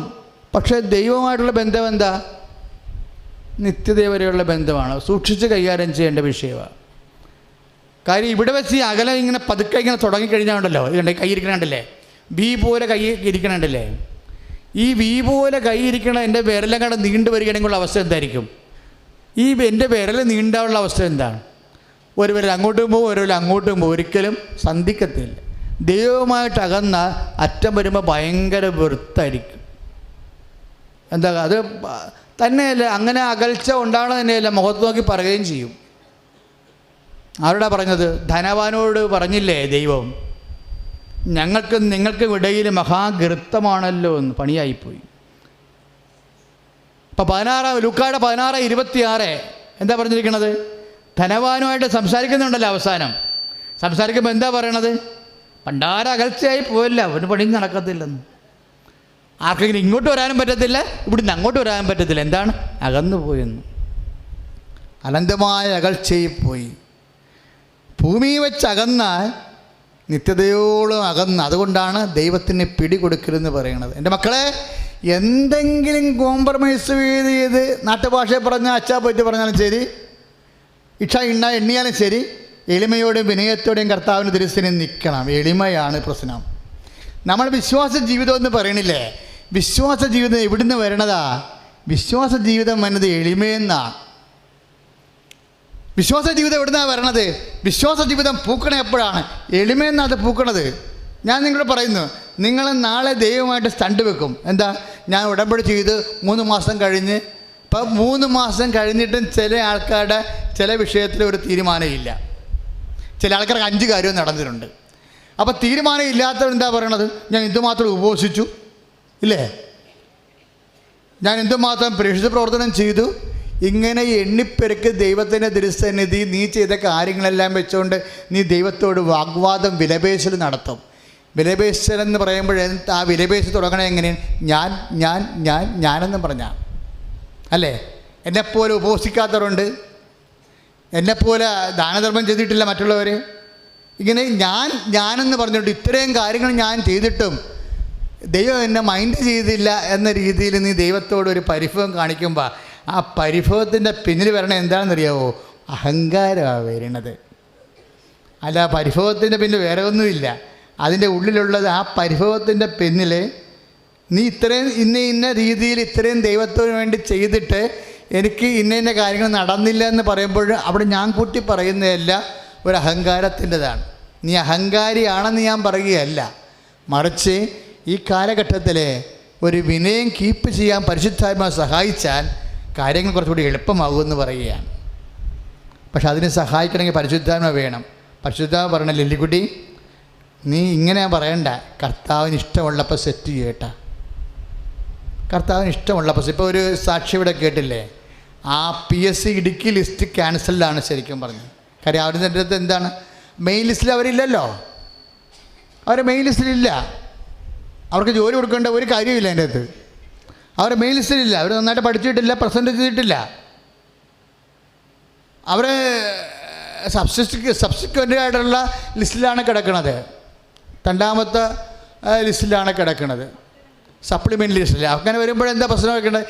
ഈ സപ്ലിമെൻ്റ് ലിസ്റ്റിലാണ് നീയെങ്കിലും നിൻ്റെ കർത്താവ് വിചാരിച്ചാൽ മെയിൻ ലിസ്റ്റിലേക്ക് ഇട്ടിരിക്കുന്ന ആൾക്കാരുടെ ഒപ്പത്തിൽ നിന്നെ കൊണ്ടുവരാൻ കഴിയും. കൈ അടിച്ച് കർത്താൻ ഹല്ലേലൂയ. ഹല്ലേലൂയ, ഹല്ലേലൂയ, ഹല്ലേലൂയ, ഹല്ലേലൂയ, ഹല്ലേലൂയ. ആ സാക്ഷ്യങ്ങളൊക്കെ കേൾക്കുമ്പോൾ നമ്മുടെ മനസ്സിൽ തോന്നണം, എന്താ കാര്യം? അന്തിമ തീരുമാനം കർത്താവിൻ്റെതാണെന്ന്. നീ ആദ്യമേ കയറി നിരാശപ്പെടും. ഒരു വിഷയം ഇപ്പോൾ തന്നെ ഈ മകൾ അവിടെ നിന്ന് എൻ്റെ മുറിയിൽ നിന്ന് ഇറങ്ങിപ്പോയി, എൻ്റെ മേടയിൽ നിന്ന് ഇറങ്ങി, എൻ്റെ കർത്താവിൻ്റെ ആൾക്കാരിൽ നിന്ന് ഇറങ്ങിപ്പോയി. അപ്പം ഞാൻ അവളെ കൈയടിച്ച് വിളിച്ചു, മകളെ ഇങ്ങോട്ട് വന്ന്. ഞാൻ കർത്താവിനെ നോക്കി, അമ്മനെ നോക്കി. കാര്യം എന്താ, താങ്ങാൻ പറ്റത്തില്ല ആളിനെ. ഇപ്പം സഹായിക്കാൻ പറയും. അപ്പോൾ അവസാനം പറഞ്ഞ്, നീ ഇത് നോക്കണ്ട, ഇത് കർത്താവിൻ്റെ നാമത്തിൽ ഇത് ബെൻഡിങ് വെച്ചിരിക്കുക. അഭിഷേക അധികാരമല്ലേ, കർത്താവിൻ്റെ ജോലിയല്ലേ ചെയ്യണത്. നിങ്ങൾക്ക് പ്രളയകാലം വന്ന കാലത്ത് എൻ്റെ കാല് മുഴുവൻ നീരായിട്ട് ഞാൻ കാലും മുളി വെച്ച് കിടക്കുകയായിരുന്നു ആ ദിവസങ്ങളിലെല്ലാം. അപ്പോഴും ആ കാലങ്ങളെല്ലാം ഞാൻ നിന്ന് തന്നെ ഇവിടെ താമസിച്ചു. ഞാനത് റെസ്റ്റ് എടുത്തില്ല. കാലം മുഴുവൻ നീര് കയറിയിട്ടും തുടവരെ നീര് പോയി വന്നിട്ട് ഞാൻ റെസ്റ്റ് എടുത്തില്ല.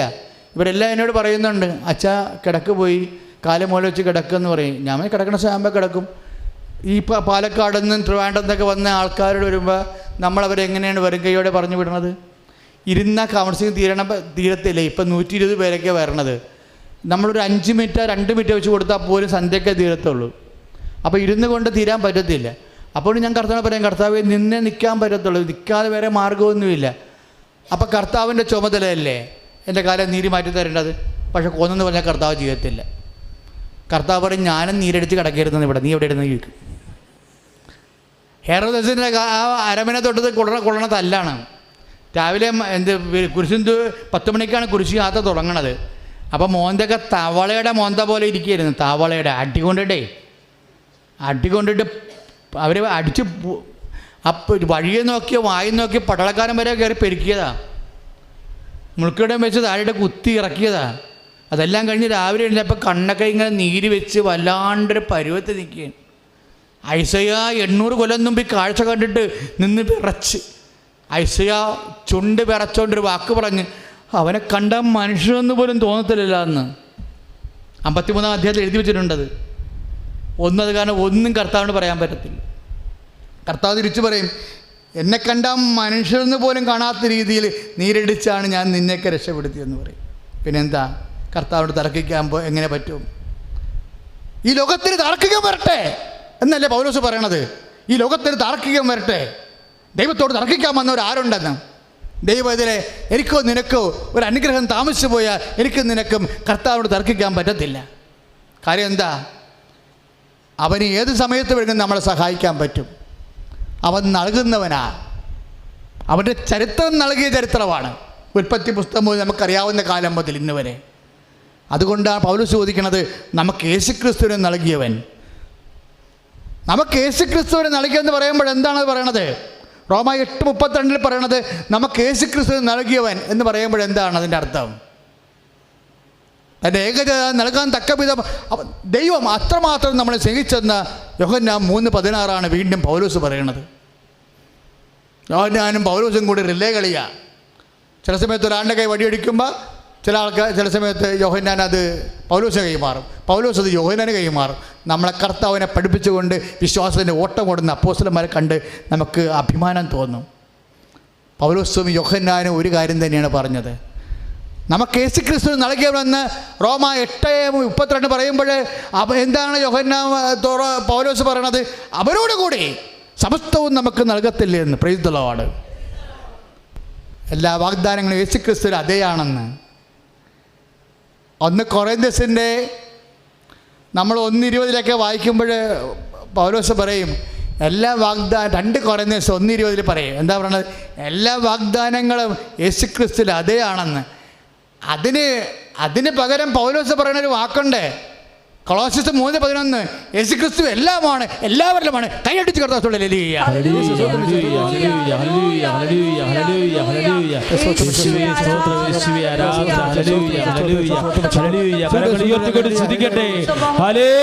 അതിശക്തമായി സ്തുതിക്കട്ടെ. കരങ്ങൾ ഉയർത്തിക്കൊണ്ട് സ്തുതിക്കട്ടെ. യേശുവേ, ഞങ്ങളങ്ങെ ആരാധിക്കുന്നു കർത്താവേ. അഭിഷേക വചനങ്ങളാൽ, ദൈവീക വചനങ്ങളാൽ കർത്താവേ ഞങ്ങളെ പ്രബുദ്ധരാക്കുന്നതിനെ ഓർത്ത്, വിശ്വാസത്തിൽ അടിയുറച്ചു നിൽക്കാൻ പരിശുദ്ധാത്മാവിനെ നൽകുന്നതിനെ ഓർത്ത് നന്ദി പറയുന്നു കർത്താവേ, ആരാധിക്കുന്നു. ഹല്ലേലൂയ. എപ്പോഴും നമ്മൾ ശ്രദ്ധിക്കേണ്ട കാര്യം, ഇത്തിരി അനുഗ്രഹം ഇത്തിരി നീണ്ടു പോയാലും, മകളുടെ കല്യാണമായാലും വീട് വിൽക്കുന്നതായാലും സ്ഥലം വാങ്ങിക്കുന്നതായാലും അല്പം നീണ്ടു പോയാലും എൻ്റെ മക്കൾ എന്ത് ചെയ്യണമെന്നറിയാം? ഉടനെ കരുണയ്ക്ക് വേണ്ടി പ്രാർത്ഥിക്കണം. കരുണക്കൊന്തയിലല്ല, ദൈവത്തിൻ്റെ അനുകമ്പം ഉണ്ടാകാൻ വേണ്ടി പ്രാർത്ഥിക്കണം. അനുകമ്പം ഉണ്ടാകണമെങ്കിൽ കാര്യങ്ങൾ എളുപ്പമാകും. എന്തെങ്കിലും കാര്യത്തിൽ ഉദ്യോഗമോ ജോലിയോ വീടോ സമാധാനമോ ഭർത്താവിൻ്റെ മദ്യപാനമോ, ഇപ്പോൾ ഒരു സാക്ഷ്യം കേട്ടില്ല നിങ്ങളാ? 22 വർഷമായിട്ട് മദ്യപിക്കുന്ന ആ മകൻ ഒറ്റ ഉടമ്പടി ചെയ്തപ്പോൾ അവന് തീർച്ചയായിട്ടും ഉടമ്പടി ചെയ്തിരിക്കണം മദ്യപാനം മാറ്റാനല്ല. ജോലി 52 വയസ്സുള്ള ആളിന് ജോലി കിട്ടാൻ വേണ്ടി ചെയ്ത കാര്യമാണതല്ലേ? നിങ്ങൾ കേട്ടില്ല ആ സാക്ഷ്യം? 52 വയസ്സുള്ള ആളിന് ഏജ് ഓവർ ആയത് കാരണം ജോലി കിട്ടാൻ ബുദ്ധിമുട്ടായത് കൊണ്ട് അമ്മയെടുത്ത് നിന്ന് ഉടമ്പടി ചെയ്തിരിക്കുന്നതാണ്. അമ്മയുടെ ആൾക്കാരെ കയറിയപ്പോൾ എന്ത് പറ്റി? അമ്മ മദ്യപാനം എടുത്ത് മാറ്റി. കാര്യം അമ്മയ്ക്കറിയാം അവനായിട്ട് സ്വന്തമായിട്ട് അവനത് നിർത്താൻ ബുദ്ധിമുട്ടായിരിക്കുമെന്ന്. നീ വിശ്വാസത്തോടെ കർത്താവിൻ്റെ തിരുസന്നിധിയിൽ എത്തുമ്പോൾ എത്ര അനുഗ്രഹമാണ് അഡീഷണൽ ഗ്രേസ് ആയിട്ട് വരണത്. ഇതെല്ലാം കോംപ്ലിമെൻ്റ് അല്ലേ? ഇങ്ങനെ എത്ര കോംപ്ലിമെൻ്റ് കിട്ടാനുള്ളതാണ് നമ്മൾ. അപ്പോൾ നമ്മളെന്താ ചെയ്യേണ്ടത്? എന്തെങ്കിലും ഒരു സംഭവം താമസിച്ചാൽ ഉടനെ നീ കറിവയ്ക്കുകയും പ്രാർത്ഥന മുടക്കുകയും പ്രാർത്ഥന ഉഴപ്പുകയും. അപ്പോൾ അച്ഛനെ സംബന്ധിച്ചിടത്തോളാണെങ്കിൽ പ്രാർത്ഥന ഉഴപ്പി ഞങ്ങൾക്ക് ഒന്ന് ഇപ്പോൾ പ്രാർത്ഥിക്കണം. നിങ്ങൾക്കറിയാമല്ലോ, ഉടമ്പടി പ്രാർത്ഥന എന്ന് പറഞ്ഞ് പ്രാർത്ഥിക്കത്തില്ലേ? ഇപ്പോൾ പ്രാർത്ഥിച്ചില്ലേ ഉടമ്പടി പ്രാർത്ഥന?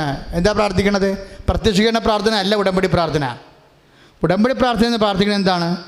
കർത്താവ്, ഞങ്ങൾ ഉടമ്പടി അങ്ങയുടെ തിരുസന്നിധി ചെയ്ത ഉടമ്പടി പാലിക്കുവാൻ ഞങ്ങൾക്ക് ശക്തി തരണമേ എന്ന ഉടമ്പടി. എന്താ?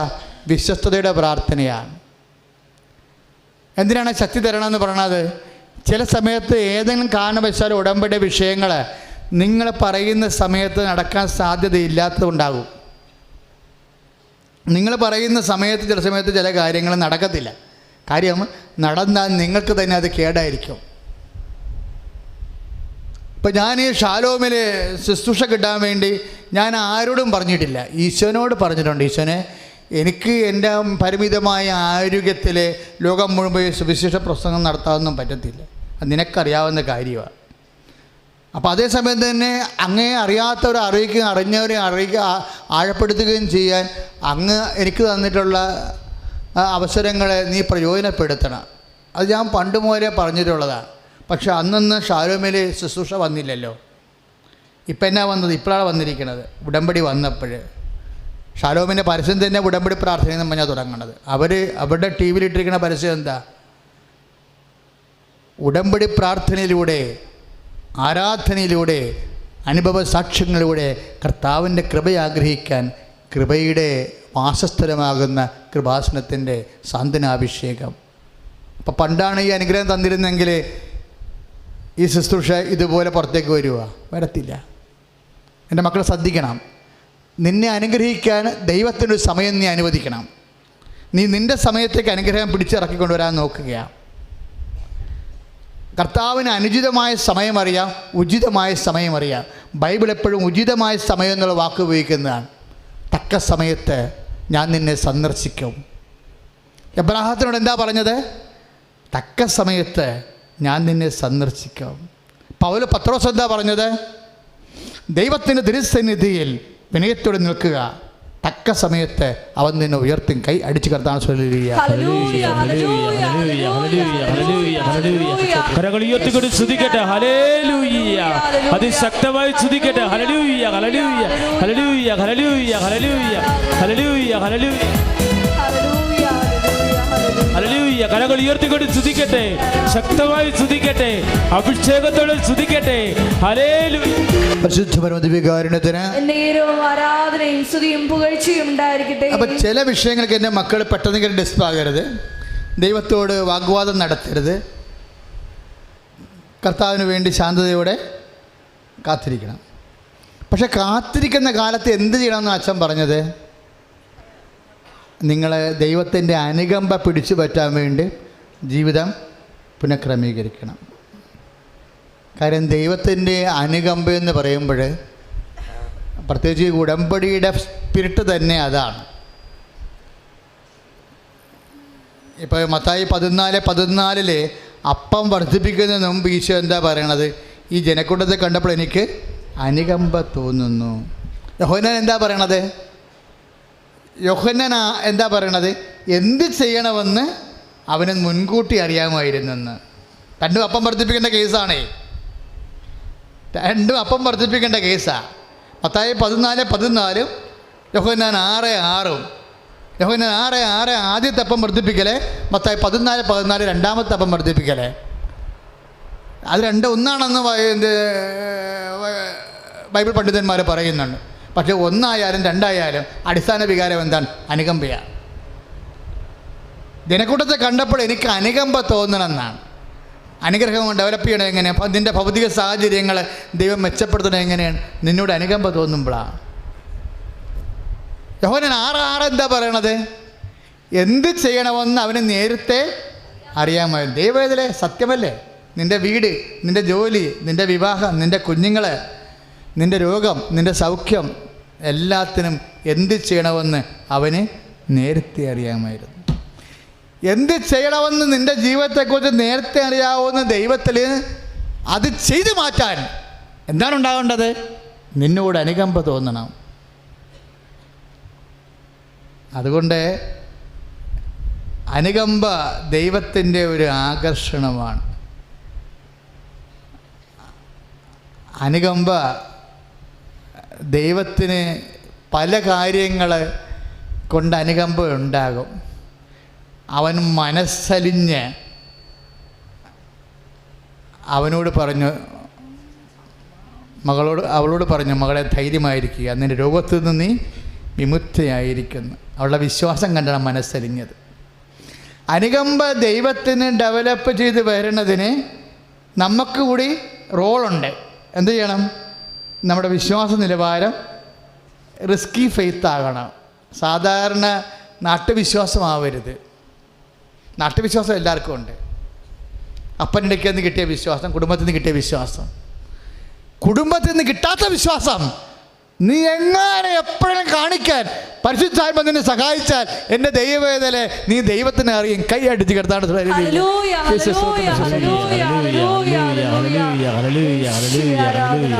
നീ എന്ത് ചെയ്താലും, അതായത് അനുകമ്പ നിനക്ക് ലഭിക്കാനുള്ള ഒരു മാർഗമാണ്. എന്താണ്? കുടുംബത്തിൽ നിന്ന് കിട്ടാത്തത്, സഭയിൽ നിന്ന് കിട്ടാത്തത് നീ കർത്താവിൻ്റെ തിരുസന്നിധിയെ പ്രകടിപ്പിക്കണം. Praise the lord. ഹല്ലേലൂയ. പറഞ്ഞ മനസ്സിലായില്ലേ? കുടുംബത്തിൽ നിന്ന് കിട്ടാൻ ഞങ്ങൾ അഖണ്ഡ ജപമാലയുടെ ഇറക്കിയപ്പോൾ ചില ആൾക്കാരും മാതാവിനെ കണ്ട്, നമ്മൾ 2003 അഖണ്ഡ ജപമാല തുടങ്ങിയത്, 2004 അമ്മ പ്രത്യക്ഷപ്പെടുന്നു. ആ കാലങ്ങളിൽ ചില ആൾക്കാർ അമ്മയുടെ സുഗന്ധം അഖണ്ഡ ജപമാല നടത്തിക്കൊണ്ടിരിക്കുന്ന സമയത്ത് വല്ലാത്ത രീതി ഇങ്ങനെ പൊന്തി വന്ന് സ്വർഗീയ സുഗന്ധം. അപ്പോൾ അവരോട് ഞാൻ ചോദിച്ചു, നിങ്ങൾക്ക് മാത്രം ഈ അനുഭവം കിട്ടാൻ എന്താ കാര്യമെന്ന്. അപ്പോൾ ചോദിച്ചപ്പോൾ എന്താ പറയണമെന്നറിയാവോ? ഇവർ അഖണ്ഡ ജപമാലയിൽ നിന്ന് മുങ്ങി.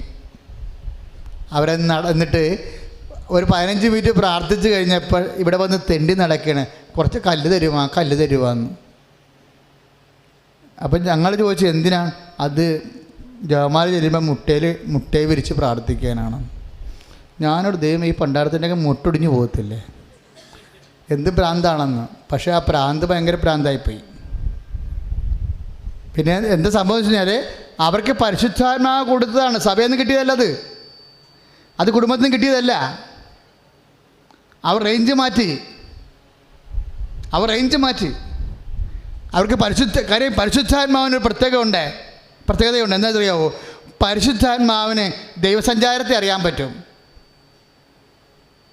ദൈവം സഞ്ചരിക്കുകയും ദൈവം നിന്നെ സ്പർശിക്കുകയും ചെയ്യുന്ന എല്ലാം വരാതിരിക്കുന്ന കാര്യങ്ങൾ അവൻ നിന്നെ അറിയിക്കുമെന്ന് ഈശോ പറഞ്ഞില്ലേ? അവൻ എന്നിൽ നിന്ന് സ്വീകരിച്ചുകൊണ്ട് നിന്നോട് പറയുമെന്ന്. പരിശുദ്ധാത്മാവ് നമുക്ക് നൽകുന്ന എല്ലാ ആന്തരിക ചോദനകളും പിതാവിനോടും പുത്രനോടും ചോദിച്ചിട്ട് പറയണതാണ്.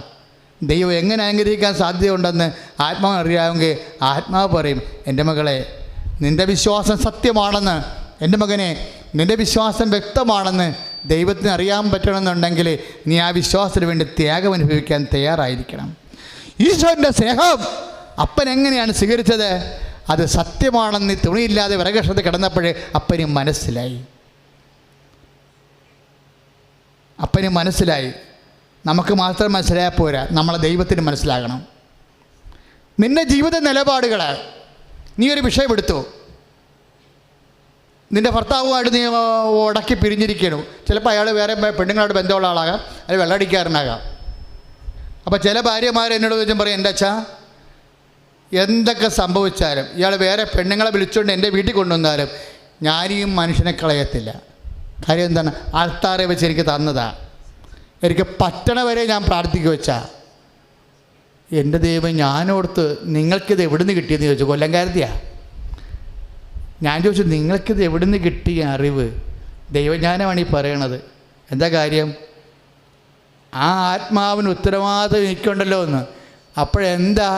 ഈശോനെ ജീവനോടെ സ്നേഹിക്കുന്ന ആള്, ഈശോനെ ജീവനോടെ സ്നേഹിച്ച കാരണം ഒരു ജീവിത പങ്കാളി വഴിവിട്ട് പോയിട്ട് അതിൻ്റെ ആദ്യം പുകയത്തേക്കാൾ ഉപരി ആ ജീവിത പങ്കാളിയുടെ ആത്മാവ് ഈശോയ്ക്ക് നഷ്ടപ്പെടുമല്ലെന്ന് ഓർത്തിട്ട് ആത്മാവിൻ്റെ പേരിലാണ് അവൾ കണ്ണീരെടുക്കണം. അല്ല ഭർത്താവ് വേറെ സ്ത്രീകളടുത്ത് പോയതല്ല.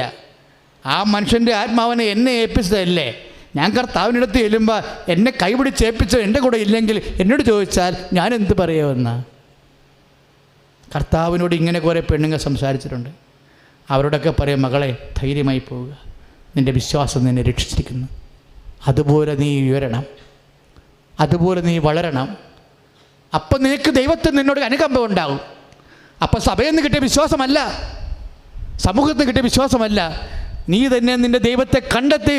കർത്താവിൻ്റെ വചനം പറയുന്നു, എന്നെ കണ്ടെത്താൻ ഞാൻ നിന്നെ ഇടയാക്കുമെന്ന്. കൈ അടിച്ച് കർത്താവിനെ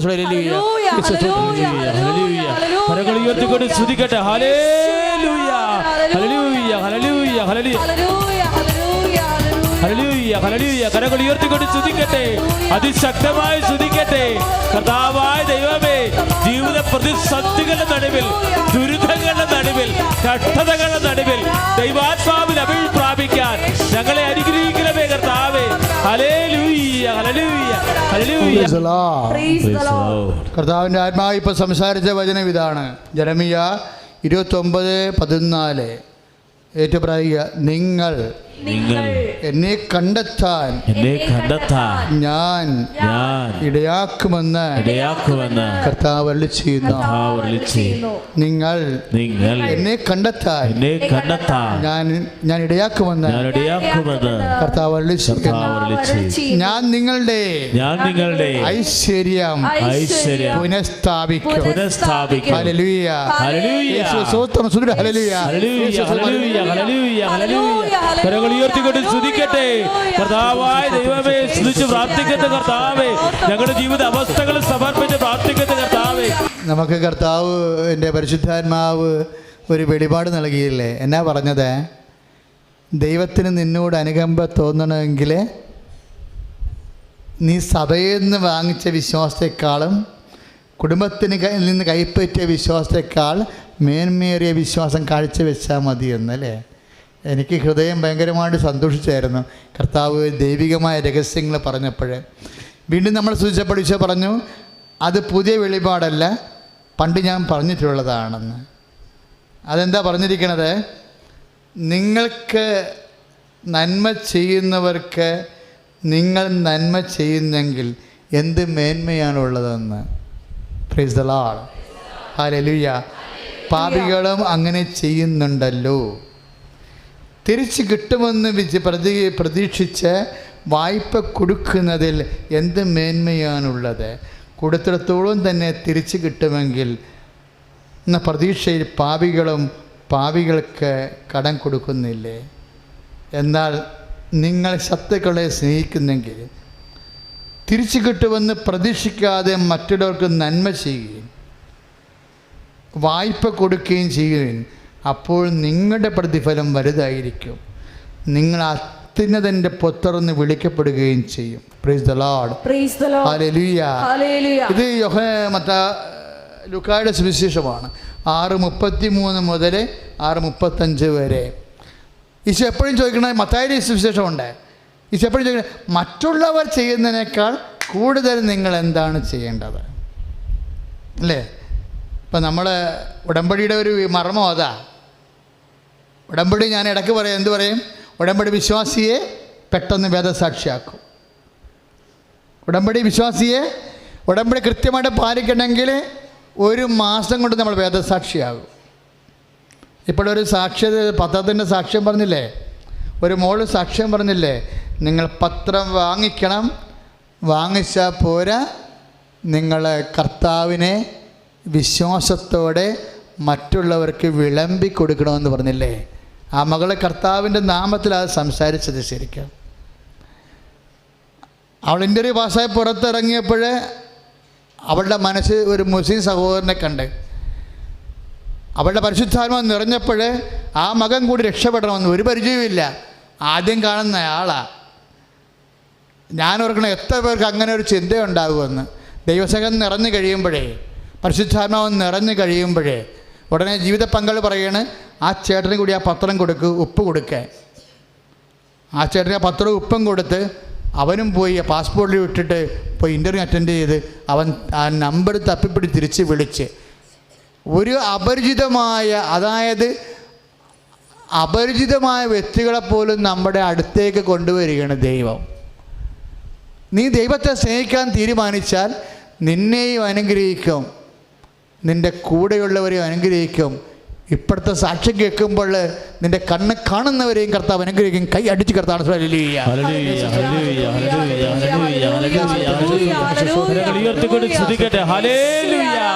അനുകമ്പ ആ കുഞ്ഞിന് കിട്ടിയിട്ടാണ് കർത്താവിനോട് പറഞ്ഞ, മകളെ മെസ്സേജ് അനുസരിച്ച് നിനക്ക് ജോലി കിട്ടത്തില്ല. കാര്യം നിനക്കതിനുള്ള അർഹതയും യോഗ്യതയും ഇല്ല. പക്ഷേ ഉടമ്പടിക്കൊരു പ്രശ്നമുണ്ട്. എന്താ കാര്യം? അത് നമ്മുടെ യോഗ്യതയിലല്ല വർക്ക് ചെയ്യണത്. Not by merit but by grace. അതാണ് തിരിച്ചു വിളിക്കുന്നത്. നിയമപരമായിട്ടും യോഗ്യത അനുസരിച്ച് മെറിറ്റ് അനുസരിച്ചിട്ടും നിനക്ക് ജോലി കിട്ടത്തില്ല. പക്ഷെ കർത്താവ് കാരുണ്യം കാണിച്ചാൽ നിനക്ക് കിട്ടും. എഫേസ്യർ 2:8 നമ്മുടെ യോഗ്യതയിലല്ല, കർത്താവിൻ്റെ കൃപ കൊണ്ടെന്ന്. അതാണ് നമുക്ക് ഉടമ്പടിയുടെ ഏറ്റവും വലിയ പ്രത്യാശ എന്ന് പറഞ്ഞാൽ അതാണ്. അച്ഛനൊക്കെ ഇങ്ങനെ സന്തോഷിക്കാൻ കാര്യം അതാണ്. കാര്യം അത് ഒരിക്കലും നമ്മുടെ യോഗ്യതയെ വർക്ക് ചെയ്യുന്നതല്ല. എന്നിട്ട് ഞാൻ എൻ്റെ മക്കളോട് പറയും, മക്കളെ പറ്റുമെങ്കിൽ പറ്റാവുന്ന വിധത്തിലെല്ലാം നിങ്ങൾ ഉടമ്പടിയോട് വിശ്വസ്തത കാണിക്കുക. ചിലപ്പോൾ നിങ്ങൾ വെച്ചിരിക്കുന്ന കാര്യം നിങ്ങളുടെ വിശ്വസ്തയുമായിട്ട് ചിലപ്പോൾ പൊരുത്തപ്പെട്ടിട്ട് പോയിട്ട് അതിൻ്റെ യോഗ്യതയെ കിട്ടാവുന്നതല്ല. പക്ഷെ കർത്താവിന് വേണമെങ്കിൽ നിന്നോട് കാരുണ്യം കാണിക്കാം. ഞാൻ ഒന്നേ പറഞ്ഞുള്ളൂ. എന്താ പറഞ്ഞത്? നീ പോകുമ്പോൾ ഈ കാശുരൂപം കൊണ്ടുപോകണം. ഏതാണ്? ഉടമ്പടി കാശുരൂപം. എൻ്റെ മക്കൾ അത് വെരി സീരിയസ് തിങ്. അതായത് ഉടമ്പടി കിടന്ന കാശുരൂപവും പിന്നീട് തരണ കാശുരൂപവും തമ്മിൽ ഭയങ്കര വ്യത്യാസമുണ്ട്. വ്യത്യാസം എന്താണെന്ന് അച്ഛൻ പറയണില്ല. ഉടമ്പടി കാശുരൂപത്തെക്കുറിച്ച് ഞാൻ പറയാം. അത് 12 പ്രാവശ്യം വെഞ്ചരിച്ച പ്രാർത്ഥന. അത് ഒരു മനുഷ്യന് ദൈവത്തിൻ്റെ സാന്നിധ്യം. നിങ്ങൾ എവിടെ പോയാലും, നിങ്ങൾ നാളെ കിടക്കണം എന്താണ്? നാളെ നിങ്ങൾ വെന്റിലേറ്ററിൽ കിടക്കണം എന്ന് വിചാരിച്ചോ? നിങ്ങൾ കിടന്ന് നിങ്ങളുടെ അപ്പൻ കിടക്കണം എന്ന് വിചാരിച്ചോ? അപ്പന് ബോധമില്ല, നിന്നെ തിരിച്ചറിയണമെന്ന് വിചാരിച്ചോ? നിനക്ക് അപ്പൻ്റെ ഇവിടെ വെന്റിലേറ്ററിൽ നിൽക്കാൻ പറ്റുമെന്ന് വിചാരിച്ചോ? അപ്പോഴും ഞാൻ പറയും, ഈ കാശുരൂപം നീ അപ്പൻ്റെ തലയുടെ താഴെ കൊണ്ടേ വെക്കണം. ചില ആൾക്കാർ ചില പറമ്പ് വിറ്റ് മാറാത്തപ്പോൾ ഞാൻ പറയും, ഈ കാശുരൂപം കൊണ്ടുപോയി 7 വിശ്വപ്രമാണം ചൊല്ലി, അമ്മ നിന്ന സ്ഥലത്ത് വെച്ച് 7 വിശ്വപ്രമാണം ചൊല്ലി കൊണ്ടുപോയി കുഴിച്ചിടണമെന്ന് പറയും. അപ്പോൾ അത് ചില ആൾക്കാർ ഇങ്ങനെ നെറ്റി ഒടിച്ചിട്ട് എന്നെ നോക്കും, ഇതെന്ത് വല്ല കൂടോത്രമാണെന്ന്. ഞാൻ അപ്പം നിങ്ങൾ നെറ്റി ഒടിക്കണ്ട. ചിലപ്പോൾ കൂടോത്രക്കാരും ചിലപ്പോൾ ഇതുപോലെയൊക്കെ പറയും കുഴിച്ചിടണമെന്ന്. പക്ഷെ നമ്മൾ കുഴിച്ചിടുമ്പോൾ ഐഡിയ മാറും. എന്താ കാര്യം? നമ്മളെ രക്ഷിച്ചത് കുഴിച്ചിട്ടാണ്. അപ്പൻ കുരിശ് കുഴിച്ചിട്ടാണ് നമ്മളെ രക്ഷിച്ചത്, അല്ലേ? ഭൂമിയിൽ ഈശോൻ്റെ കുരിശ് മാന്തി കുഴിച്ചിട്ടിട്ടാണ് നമ്മളെ രക്ഷിച്ചത്. അപ്പം കുഴിച്ചിടണത്, ആ കുഴിച്ചിടുന്ന വ്യക്തികളെ എന്ത് ചെയ്യണമെന്നല്ല മക്കളെ വിഷയം, എന്ത് ലക്ഷ്യത്തോടെ ചെയ്യണമെന്നാണ് വിഷയം. കർത്താവേ, ഈ ലോകത്തെ മുഴുവൻ നീ രക്ഷിച്ചത് നിൻ്റെ കുരിശ് അപ്പം കുഴിച്ചിട്ടിട്ടാണ്. അത് ഞാനിപ്പോൾ അനുസ്മരിക്കുന്നു. യേശു കർത്താവാണെന്ന് ഞാൻ ഹൃദയത്തിൽ വിശ്വസിക്കുന്നു. ദൈവം അവനെ മരിച്ചോട് ഉയർപ്പിച്ചെന്ന് അതരം കൊണ്ട് ഞാൻ ഏറ്റുപറയുന്നു. യേശു ക്രിസ്തുവിൻ്റെ പീഡാനുഭവങ്ങളെയും കുരിശുമരണത്തെയും വിശ്വാസ പ്രമാണമാണ് നമ്മൾ ഹൃദയത്തിൽ വിശ്വസിച്ച് അതരം കൊണ്ട് ഏറ്റു പറഞ്ഞുകൊണ്ട് നമ്മളത് സ്ഥാപിക്കുന്നത്. അപ്പോൾ ചെയ്യണവരൊക്കെ ആ ചെയ്യുമ്പോൾ ചെയ്യണ ഐഡിയ വേണം നമുക്ക്. ഇപ്പോൾ വരാപ്പുഴയെന്നൊരു സാക്ഷ്യം പറഞ്ഞില്ലേ, പ്രളയത്തിന് 4 സാക്ഷ്യങ്ങളാണ് ഇപ്പോൾ വന്നിരിക്കുന്നത്. വരാപ്പുഴന്ന് 2 പേര് കൂടി കയറി കഴിഞ്ഞ ഞായറാഴ്ച പറഞ്ഞ സാക്ഷ്യം എന്താ? അവരാ വീട്ടിൽ നിന്ന് ആ പ്രദേശത്തു നിന്ന് 8 വീട്ടുകാരാണ് ഉടമ്പടി ചെയ്തിരിക്കുന്നത്. 8 വീട്ടുകാർ ആ ഒരൊറ്റ ഇട്ടാവട്ടത്തിന് ചെയ്തിരിക്കുന്നതാണ്. അപ്പോൾ അവർ പറയുന്നത്, അച്ഛാ പെരിയാർ പൊങ്ങി, നമുക്കറിയാം പെരിയാർ പൊങ്ങി ഞങ്ങളുടെ വീടിൻ്റെ ഇപ്പുറത്തുള്ള റോഡിൽ കൂടി ആൾക്കാർ വള്ളത്തിൽ പോണ കണ്ടെന്ന്. അപ്പോഴും ഞങ്ങളുടെ വീട്ടിൽ കർത്താവ് വെള്ളം കയറ്റിയില്ലെന്ന്. വെള്ളം കയറ്റിയതും കയറ്റാത്തതുമല്ല, ഇതുപോലെ വിശ്വാസത്തിന് ചില തുരുത്തുകളുണ്ട്. ഒരു പക്ഷേ വെള്ളം കയറിയിട്ട് നീ ക്രിസ്ത്യാനിയായ സാക്ഷ്യത്തോടു കൂടി ജീവിച്ചെങ്കിൽ അത് വെള്ളം കയറുന്നതാണ്. അപ്പോൾ അത് നല്ലത്. നീ വെള്ളം കയറിയിട്ടും നിൻ്റെ വീട്ടിൽ വെള്ളം കയറി അറ്റം വരെ കയറുമെന്ന് വിചാരിച്ചോ, എന്നിട്ടും കർത്താവിൻ്റെ തിരുസന്നിധിയിൽ നീ വിശ്വാസം കൈവിടാതെ ദൈവം തന്ന ഈ പ്രകൃതിയിൽ നിന്നുണ്ടായിരുന്ന ക്ലേശങ്ങളെ, കർത്താവ് പറഞ്ഞിട്ടുണ്ടല്ലോ, ലോകത്ത് പ്രളയമുണ്ടാകും എങ്കിലും ധൈര്യമായിരിക്കുവിൻ, ഞാൻ പ്രളയത്തെ കീഴടക്കിയിരിക്കണമെന്ന്. അങ്ങനെ ഒരു വചനമില്ലേ? അതിന് പറ ഈശോ എന്താ പറഞ്ഞത്?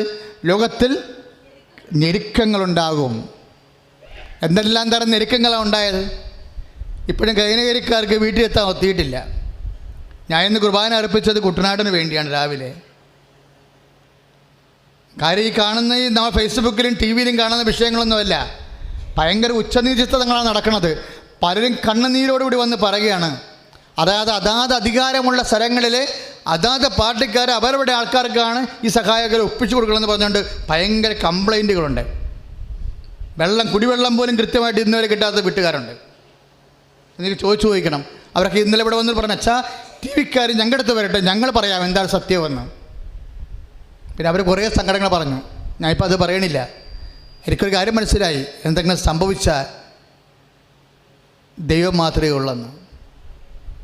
ബാക്കിയെല്ലാം ഓരോ രീതികളിൽ ആൾക്കാരെ വിഭജിച്ച് അവരുടെ രീതിയിൽ സന്ധിച്ച് മറ്റുള്ളവരെ ഒഴിവാക്കി ഭയങ്കര അനീതി, ഭയങ്കര അസ്വസ്ഥതകളൊക്കെ ഉണ്ടായി. അതുകൊണ്ട് നിങ്ങളെ വിശ്വസിക്കുന്നവർ, കർത്താവേ നീ എൻ്റെ കണ്ണീര് തുളക്കുന്നു, അന്ന് മാത്രമേ കറക്റ്റ് തുടക്കൽ നടക്കത്തുള്ളൂ. ബാക്കി ആർക്കും കണ്ണീര് തുളക്കാൻ അറിയത്തില്ല. അതുകൊണ്ട് കർത്താവ് പറയണത് എന്താണ്? ഞാൻ നിൻ്റെ കണ്ണീരെല്ലാം തുടച്ചു മാറ്റും, ഇനിമേലും മരണം ഉണ്ടാകത്തില്ലെന്ന്. എന്ന് വെച്ച് കഴിഞ്ഞാൽ ആൾ മരിക്കത്തില്ലെന്നല്ല, മരണം ഉണ്ടായാൽ പോലും മരിച്ചതായിട്ട് ഫീൽ ചെയ്യാത്ത വിധത്തിൽ ദൈവം നിന്റെ കൃപ കൊണ്ട് നിറക്കുന്ന ദൈവവേദനെ കൈ അടിച്ച് കർത്താവ്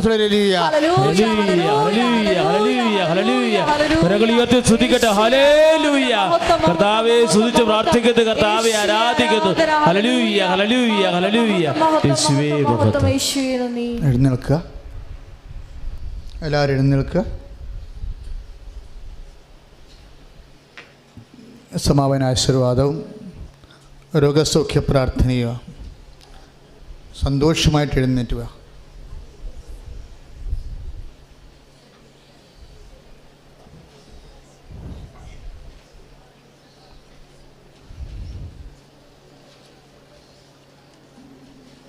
ഇത്രയും നേരം ഇരിക്കാനും കഴിഞ്ഞില്ലേ? അത് മതി. എന്നിട്ട് ഒരു പണി ചെയ്യണം, ഒരു ചെറിയ സൂത്രപ്പണി.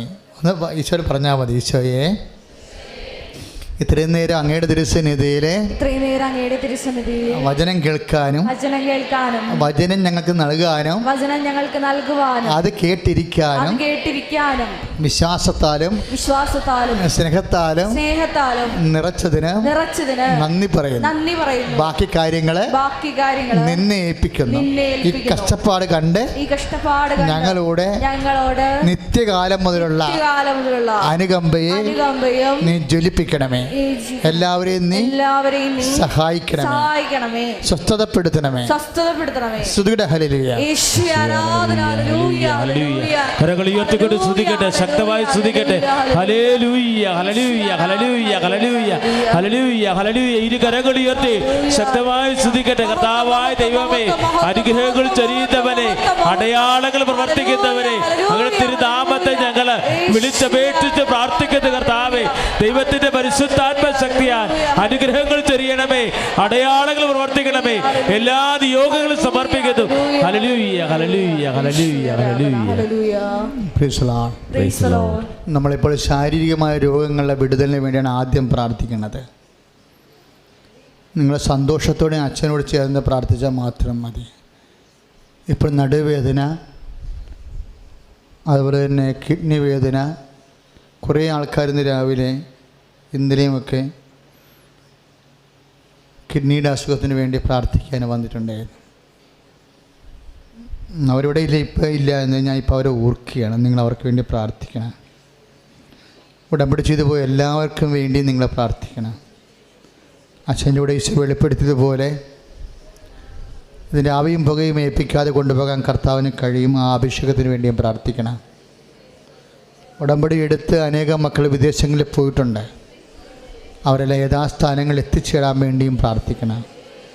ഇപ്പോഴൊരു പ്രേക്ഷിതയുടെ മകള് രശ്മി പ്രസവിച്ചു. പക്ഷേ കുട്ടിക്ക് ശ്വാസം കിട്ടുന്നില്ലെന്ന് അറിയിച്ചിരിക്കുന്ന ആ കുഞ്ഞ് ICUവിലാണ്. ആ കുഞ്ഞിൻ്റെ സൗഖ്യത്തിന് വേണ്ടി പ്രാർത്ഥിക്കുക.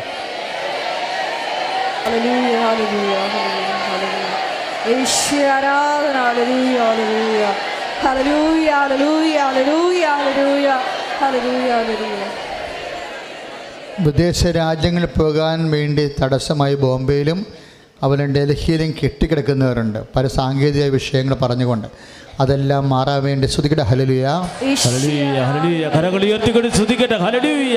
കർത്താവായ ദൈവമേ, സ്തുതിച്ച് പ്രാർത്ഥിക്കുന്ന കർത്താവേ, വിദേശ ജോലി ആഗ്രഹിച്ചു പോയിരിക്കുന്നവരെ, കർത്താവേ, ഇറ്റലിയില്, കർത്താവേ, ഇസ്രായേലില് ജോലി ആഗ്രഹിച്ച് പ്രാർത്ഥിക്കുന്നവരെ, അയർലൻഡിൽ പോകാൻ ആഗ്രഹിക്കുന്നവരെ, വിസ തടസ്സങ്ങളുള്ളവരെ, കർത്താവേ, അങ്ങനെ ബുദ്ധിമുട്ട് അനുഭവിക്കുന്നവരെ എല്ലാവരെയും സമർപ്പിക്കുന്നു. തൊഴിൽ രഹിതരെ മുഴുവനായി സമർപ്പിക്കുന്നു. രോഗാവസ്ഥനെ കിടക്കുന്ന SBA സമർപ്പിച്ച് പ്രാർത്ഥിക്കുന്നു. ശ്വാസം കിട്ടാത്ത കുഞ്ഞിന് കർത്താവേ, തത്സമയ അഭിഷേകമായി ദൈവത്തിന്റെ പരിശുദ്ധാത്മാവ് നിറയണമേ. ഹല്ലേലൂയ ഹല്ലേലൂയ ഹല്ലേലൂയ. നമ്മൾ ഉടമ്പടി വെച്ചിരിക്കുന്ന കാര്യങ്ങൾ എത്രയും വേഗം സാക്ഷ്യമാകാൻ വേണ്ടി പ്രാർത്ഥിക്കാം. ചേർന്ന് പ്രാർത്ഥിക്കാം. കർത്താവായ ദൈവമേ, ഞങ്ങൾ വിശ്വാസത്തോടെ ഉടമ്പടി അനുഷ്ഠിച്ച് പ്രാർത്ഥിക്കുന്ന വിഷയങ്ങളുടെ എത്രയും വേഗം നിവർത്തിയുണ്ടായി സാക്ഷ്യം പറയുവാൻ ഞങ്ങളെ സഹായിക്കണം.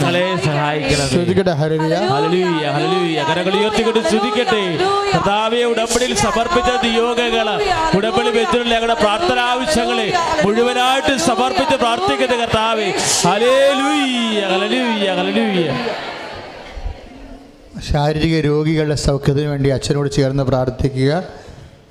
ഇപ്പോൾ നമ്മൾ പ്രാർത്ഥിക്കുന്നത് കിഡ്നി രോഗികൾ, പ്രഷർ രോഗികൾ, ഷുഗർ രോഗികൾ, ശ്വാസകോശ രോഗികൾ, അസ്ഥിവേദനയുള്ളവർ, പിസ്റ്റുല, അതുപോലെ അരിസസ്, ശ്വാസകോശ രോഗങ്ങൾ, ശ്വാസം മുട്ടലുള്ളവർ, അവരുടെ മക്കളില്ലാത്തവർ, അതുപോലെ തന്നെ ചില സിസ്റ്റുകളൊക്കെ ശരീരത്തിൽ വളരുന്നവർ, മുഴയുള്ളവർ, അങ്ങനെയുള്ളവർക്ക് വേണ്ടിയാണ് ഇപ്പോഴും പ്രാർത്ഥിക്കാൻ പോകുന്നത്. അച്ഛനോട് ചേർന്ന് പ്രാർത്ഥിക്കുക. കർത്താവായ ദൈവമേ, ഗുരുതരമായ രോഗമായാലും ലഘുവായ രോഗമായാലും ശരീരത്തിന് വേദന അനുഭവിച്ചുകൊണ്ട് ജോലി ചെയ്യാൻ പറ്റാതെ സമാധാനത്തിന് ഉറങ്ങാൻ പറ്റാതെ പലതരത്തിലെ വേദന അനുഭവിക്കുന്ന അസ്ഥി രോഗികള്, അസ്ഥി ഉരുക്കത്തിന് രോഗമുള്ളവരെ, കഴുത്തിന് വേദനയുള്ളവരെ, കഴുത്തിന് വേദനയുള്ളവരെ, നീരിറക്കക്കാര്, നീരിറക്കക്കാര്, വാതരോഗികള്, വാതരോഗികള്, ഉദര രോഗികള്, ഉദരരോഗികള്, കിഡ്നി രോഗികള്, കിഡ്നി രോഗികള്, അൾസർ രോഗികള്, അൾസർ രോഗികള്, അൾസർ രോഗികള്, അൾസർ രോഗികള്, അർസസ് രോഗികള്, അൾസസ് രോഗികള്, ഫിസ്റ്റുല രോഗികള്, ഫിസ്റ്റുല രോഗികള്, വെരിക്കോസിന് അസുഖമുള്ളവര്, വെരിക്കോസിന് അസുഖമുള്ളവര്, ഹൃദയ രോഗമുള്ളവര്, ഹൃദയ രോഗമുള്ളവര്, കരട് രോഗമുള്ളവര്, കരട് രോഗമുള്ളവരെ, തലച്ചോറിന് രോഗമുള്ളവര്, തലച്ചോറ് രോഗമുള്ളവരെ, രക്തത്തിന് രോഗമുള്ളവര്, രക്തത്തിന് രോഗമുള്ളവരെ, യേശുവിന്റെ നാമത്തിൽ, യേശുവിന്റെ നാമത്തിൽ, യേശുവിന്റെ നാമത്തിൽ, യേശുവിന്റെ നാമത്തിൽ, യേശുവിന്റെ നാമത്തിൽ, യേശുവിന്റെ നാമത്തിൽ, മാരക രോഗങ്ങളെ, മാരക രോഗങ്ങളെ, തീരാവേദികളെ, യേശുവിന്റെ നാമത്തിൽ യേശുവിന്റെ നാമത്തിൽ, മാറിപ്പോണം. Hallelujah, hallelujah.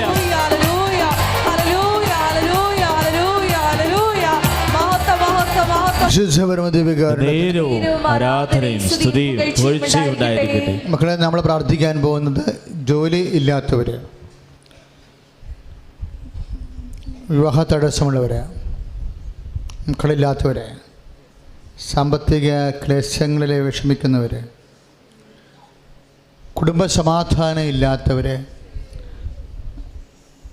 കല്യാണം ഒത്തുവരാത്തവര്, ജീവിത പങ്കാളിയുമായിട്ട് മാനസികമായ അകൽച്ച വരുന്നവർ, ജീവിത പങ്കാളിയെ ഓർത്ത് വേദനിക്കുന്നവർ, അച്ഛനോട് ചേർന്ന് പ്രാർത്ഥിക്കുക വിശ്വാസത്തോടെ. കർത്താവായ ദൈവമേ, കർത്താവായ ദൈവമേ, ജോലിയില്ലാത്തവരെ അങ്ങേക്ക് സമർപ്പിക്കുന്നു, അങ്ങേക്ക് സമർപ്പിക്കുന്നു. അവരിവിടെ വന്ന് സാക്ഷ്യം പറയാൻ ഞങ്ങൾ പ്രാർത്ഥിക്കുന്നു. കുടുംബ സമാധാനമില്ലാത്ത, മക്കളില്ലാത്തവരെ മക്കൾ ഉണ്ടാകുന്നതിന് വേണ്ടി ഉടമ്പടി ചെയ്തിരിക്കുന്നവരെ, ഭവനമില്ലാത്തവരെ, വീടില്ലാത്തവരെ, പ്രളയത്തിലെ എല്ലാം നശിച്ചു പോയവർ, അല്ലാതെ വേദനിക്കുന്നവർ, യേശുവിന്റെ നാമത്തിൽ അഭിവൃദ്ധി പ്രാപിക്കട്ടെ. കരങ്ങൾ ഉയർത്തിക്കൊണ്ട് സ്തുതിക്കട്ടെ. ഹല്ലേലൂയ. കർത്താവായ ദൈവമേ, രോഗാതുരമായ അവസ്ഥകള്, ജലപ്രളയം മൂലം കർത്താവേ, സമസ്തവും നഷ്ടപ്പെട്ടവർക്ക് അങ്ങ് മാത്രമാണ് കർത്താവ് രക്ഷകൻ. ഹല്ലേലൂയ. മക്കളെ, ജോലി ഇല്ലാത്തവരെ പ്രാർത്ഥിക്കുമ്പോൾ വരുമാന മാർഗമില്ലാത്തവരുണ്ട് ഒത്തിരി പേര്. ഒരു വരുമാനത്തിനും ഒരു മാർഗവും കാണാതെ അക്ഷരാർത്ഥത്തിൽ കടം മേടിച്ച് ഇങ്ങനെ ഓരോ ദിവസവും ആരോടും മേടിക്കുമെന്നറിയാതെ ഒരു സമയത്തൊക്കെ നല്ലവണ്ണം ജീവിച്ച ആൾക്കാർ പോലും ഈ ഒരു സങ്കടങ്ങളിൽ ജീവിക്കുന്നവരുണ്ട്. സാമ്പത്തികമായ മേഖലകളിലെ മാനം നഷ്ടപ്പെട്ടുകൊണ്ടിരിക്കുന്നവരുടെ മേൽ കർത്താവിന്റെ കാരുണ്യം ചെയ്യാൻ വേണ്ടി പ്രാർത്ഥിക്കട്ടെ. ഹല്ലേലൂയ. കർത്താവേ, യേശുവേ, കർത്താവേ, ദുരിതങ്ങളിൽ കഴിയുന്നവരെ, സഭകൾ അനുഭവിക്കുന്നവരെ, ദൈവത്തിന്റെ ശക്തി അറിയട്ടെ. ഹല്ലേലൂയ, ഹല്ലേലൂയ, ഹല്ലേലൂയ. ജീസസ്. വരവിനേക്കാൾ കൂടുതൽ ചിലവുകൾ, പുതിയ പുതിയ ചിലവുകൾ, സമാധാനം നഷ്ടപ്പെടുന്ന ഓരോ കാര്യം പുതിയ ഓരോരുത്തരും വീട്ടിൽ വരുമ്പോൾ പേടിയാണ് മനുഷ്യന്. ഇനി എന്ത് ചിലവാണ് ഉണ്ടാകാൻ പോകണമെന്ന് ഓർത്തിട്ട്. മക്കളാണെങ്കിൽ നമ്മൾക്കുണ്ടാകുന്ന ചിലവുകളും കാര്യങ്ങളും ഒന്നും അറിയാൻ പാടില്ലാതെ ഇങ്ങനെ വെട്ടുപോത്തിനെ പോലെ ജീവിക്കുന്ന മക്കളുണ്ട്. അതുതന്നെ ഏറ്റവും വലിയ ബാധ്യത. മക്കൾ ജനിച്ചു പോയത് തന്നെ ഏറ്റവും വലിയ ബാധ്യതയെന്ന് കരുതി കരയണ മാതാപിതാക്കന്മാരുണ്ട്. എപ്പോഴും ചിലവുണ്ടാക്കുകയും 10 പൈസ എങ്ങനെ കുടുംബത്തിൽ ഉണ്ടാകണമെന്ന് അറിയാൻ പാടില്ലാതിരിക്കുകയും ചെയ്യുന്നവർ, മക്കളെ കൊണ്ടും തൊഴിലില്ലാത്ത അവരുടെ അവസ്ഥ കൊണ്ടും മാതാപിതാക്കന്മാർ പൈസ കൊടുത്തില്ലെങ്കിൽ മാതാപിതാക്കന്മാരെ പൈസക്ക് വേണ്ടി മാത്രമുള്ള ഉപകരണമായിട്ട് കാണുന്ന മക്കളുണ്ട്. അവിടെ എല്ലാം മനസ്സാധന വേണ്ടി സ്തുതിക്കട്ടെ. ഹല്ലേലൂയ, ഹല്ലേലൂയ, ഹല്ലേലൂയ, ഹല്ലേലൂയ. കരങ്ങൾ ഉയർത്തിക്കൊണ്ട് സ്തുതിക്കട്ടെ. ഹല്ലേലൂയ, ഹല്ലേലൂയ. മക്കളെ സമർപ്പിച്ച് പ്രാർത്ഥിക്കട്ടെ കർത്താവേ. ഹല്ലേലൂയ, ഹല്ലേലൂയ, ഹല്ലേലൂയ, ഹല്ലേലൂയ. ഉടമ്പടിയിൽ മഹാസാക്ഷ്യങ്ങൾ നമ്മൾ കേൾക്കുന്നുണ്ട്. വഴിയില്ലാത്തവർ, വീടില്ലാത്തവർ. ഇന്നൊക്കെ സാക്ഷ്യം പറഞ്ഞൊരു ചേട്ടനില്ലേ, ആ ചേട്ടന് പാവപ്പെട്ട ചേട്ടനാണ്, ഇവിടുത്തെ പ്രേക്ഷിതനാണ്. അദ്ദേഹത്തിൻ്റെ പക്ഷേ അദ്ദേഹം ഇപ്പോൾ 2 സാക്ഷ്യമായി പറയണം. ഇപ്പം ഞാനെപ്പോഴും ചിന്തിക്കും അദ്ദേഹത്തെക്കുറിച്ച്. മറ്റു മനുഷ്യർ പറയണ പോലെയുള്ള ഒരു സ്വാധീനമോ ഒരു ശക്തിയോ ഒന്നും ആ മനുഷ്യന് ഉണ്ടോ ഇല്ലയോ എന്നറിയത്തില്ല. പക്ഷെ പ്രകടിപ്പിച്ചിട്ട് ഞാൻ കണ്ടിട്ടില്ല. പക്ഷെ അദ്ദേഹത്തിൻ്റെ കാര്യങ്ങളെല്ലാം ഭംഗിയായി നടക്കുന്നുണ്ട്. അദ്ദേഹത്തിൻ്റെ കഴിവിൻ്റെ അപ്പുറത്തെ കാര്യങ്ങളൊക്കെയാണ് നടക്കുന്നത്. അതല്ലേ അമ്മ നടത്തുന്നതാണ്. അപ്പോഴേക്ക് മനസ്സിലായ ഒരു കാര്യം, നമ്മുടെ കഴിവിനേക്കാൾ ഉപരി ദൈവത്തിൻ്റെ കൃപയുണ്ടെങ്കിൽ എല്ലാത്തിനും തീരുമാനം ഉണ്ടാകുമെന്ന്. പ്രാർത്ഥിക്കുക. കർത്താവായ ദൈവമേ, ഞങ്ങളുടെ കഴിവല്ല, നിന്റെ കൃപയാൽ ഉടമ്പടി ചെയ്ത മുഴുവൻ കാര്യങ്ങൾക്കും ദൈവത്തിന്റെ തീരുമാനം ഉണ്ടാകട്ടെ. അങ്ങേക്ക് സമർപ്പിക്കുന്നു ജോലികള്, ജോലി തടസ്സങ്ങള്, ജീവിത വീട്, വിവാഹം, മക്കള്, ഭാഗോടമ്പടി, വഴികള്, സ്ഥലം, കോടതി, കേസുകള്, എല്ലാം സാങ്കേതിക ദുരിതങ്ങള് യേശുനാമത്തിൽ നമ്മുടെ മധ്യസ്ഥതയില് മാറിപ്പോട്ടെ. കരങ്ങൾ ഉയർത്തിക്കൊണ്ട് സ്തുതിക്കട്ടെ. കർത്താവായ ദൈവമേ, എല്ലാവിധ സാങ്കേതിക വിഷയങ്ങളുടെ മേൽ, കോടതി കേസുകളുടെ മേൽ, കീറാമുട്ടിയായ പ്രശ്നങ്ങളുടെ മേൽ അകിടപെടുന്നതിനെ ഓർത്ത് നന്ദി പറയുന്ന കർത്താവേ, ഹല്ലേലൂയ, ഹല്ലേലൂയ, ഹല്ലേലൂയ. ആന്തരിക അവയവങ്ങൾക്കുണ്ടാകുന്ന സിസ്റ്റുകള്, മുഴ, മേജർ ഓപ്പറേഷൻ പറഞ്ഞിരിക്കുന്നവർ, സ്കാനിങ്ങിന് പറഞ്ഞിരിക്കുന്നവർ, ഇതൊന്നും കുടുംബത്തെ ബാധിക്കാതെ, ശരീരത്തെ ബാധിക്കാതെ പോകാൻ വേണ്ടി അച്ഛനോട് ചേർന്ന് പ്രാർത്ഥിക്കുക. കർത്താവായ ദൈവമേ, മേൽത്തരം ചികിത്സയ്ക്ക്, പണച്ചെലവിന്, അസമാധാനത്തിന് വിധിക്കപ്പെട്ട ചികിത്സാവിധികളെ അമ്മയുടെ മധ്യസ്ഥതയിലെ ഈശോയുടെ നാമത്തിൽ ഞങ്ങൾ ബന്ധിക്കുന്നു. ഹല്ലേലൂയ. കരങ്ങൾ ഉയർത്തി സ്തുതിക്കട്ടെ. കർത്താവായ ദൈവമേ, എല്ലാ രോഗാവസ്ഥകളെയും സമർപ്പിച്ച് പ്രാർത്ഥിക്കുന്ന കർത്താവേ, മാരക രോഗങ്ങള് സമർപ്പിക്കുന്ന കർത്താവേ, ക്യാൻസർ രോഗങ്ങള്, തൈറോയിഡ് രോഗങ്ങള്, ഹൃദയ സംബന്ധമായ രോഗങ്ങള്, എപ്പിലെപ്സി രോഗങ്ങള്, ലിവർ രോഗങ്ങള് കർത്താവേ സമർപ്പിച്ച് പ്രാർത്ഥിക്കുന്നു. Hallelujah, hallelujah. സമാപന ആശീർവാദമാണ്.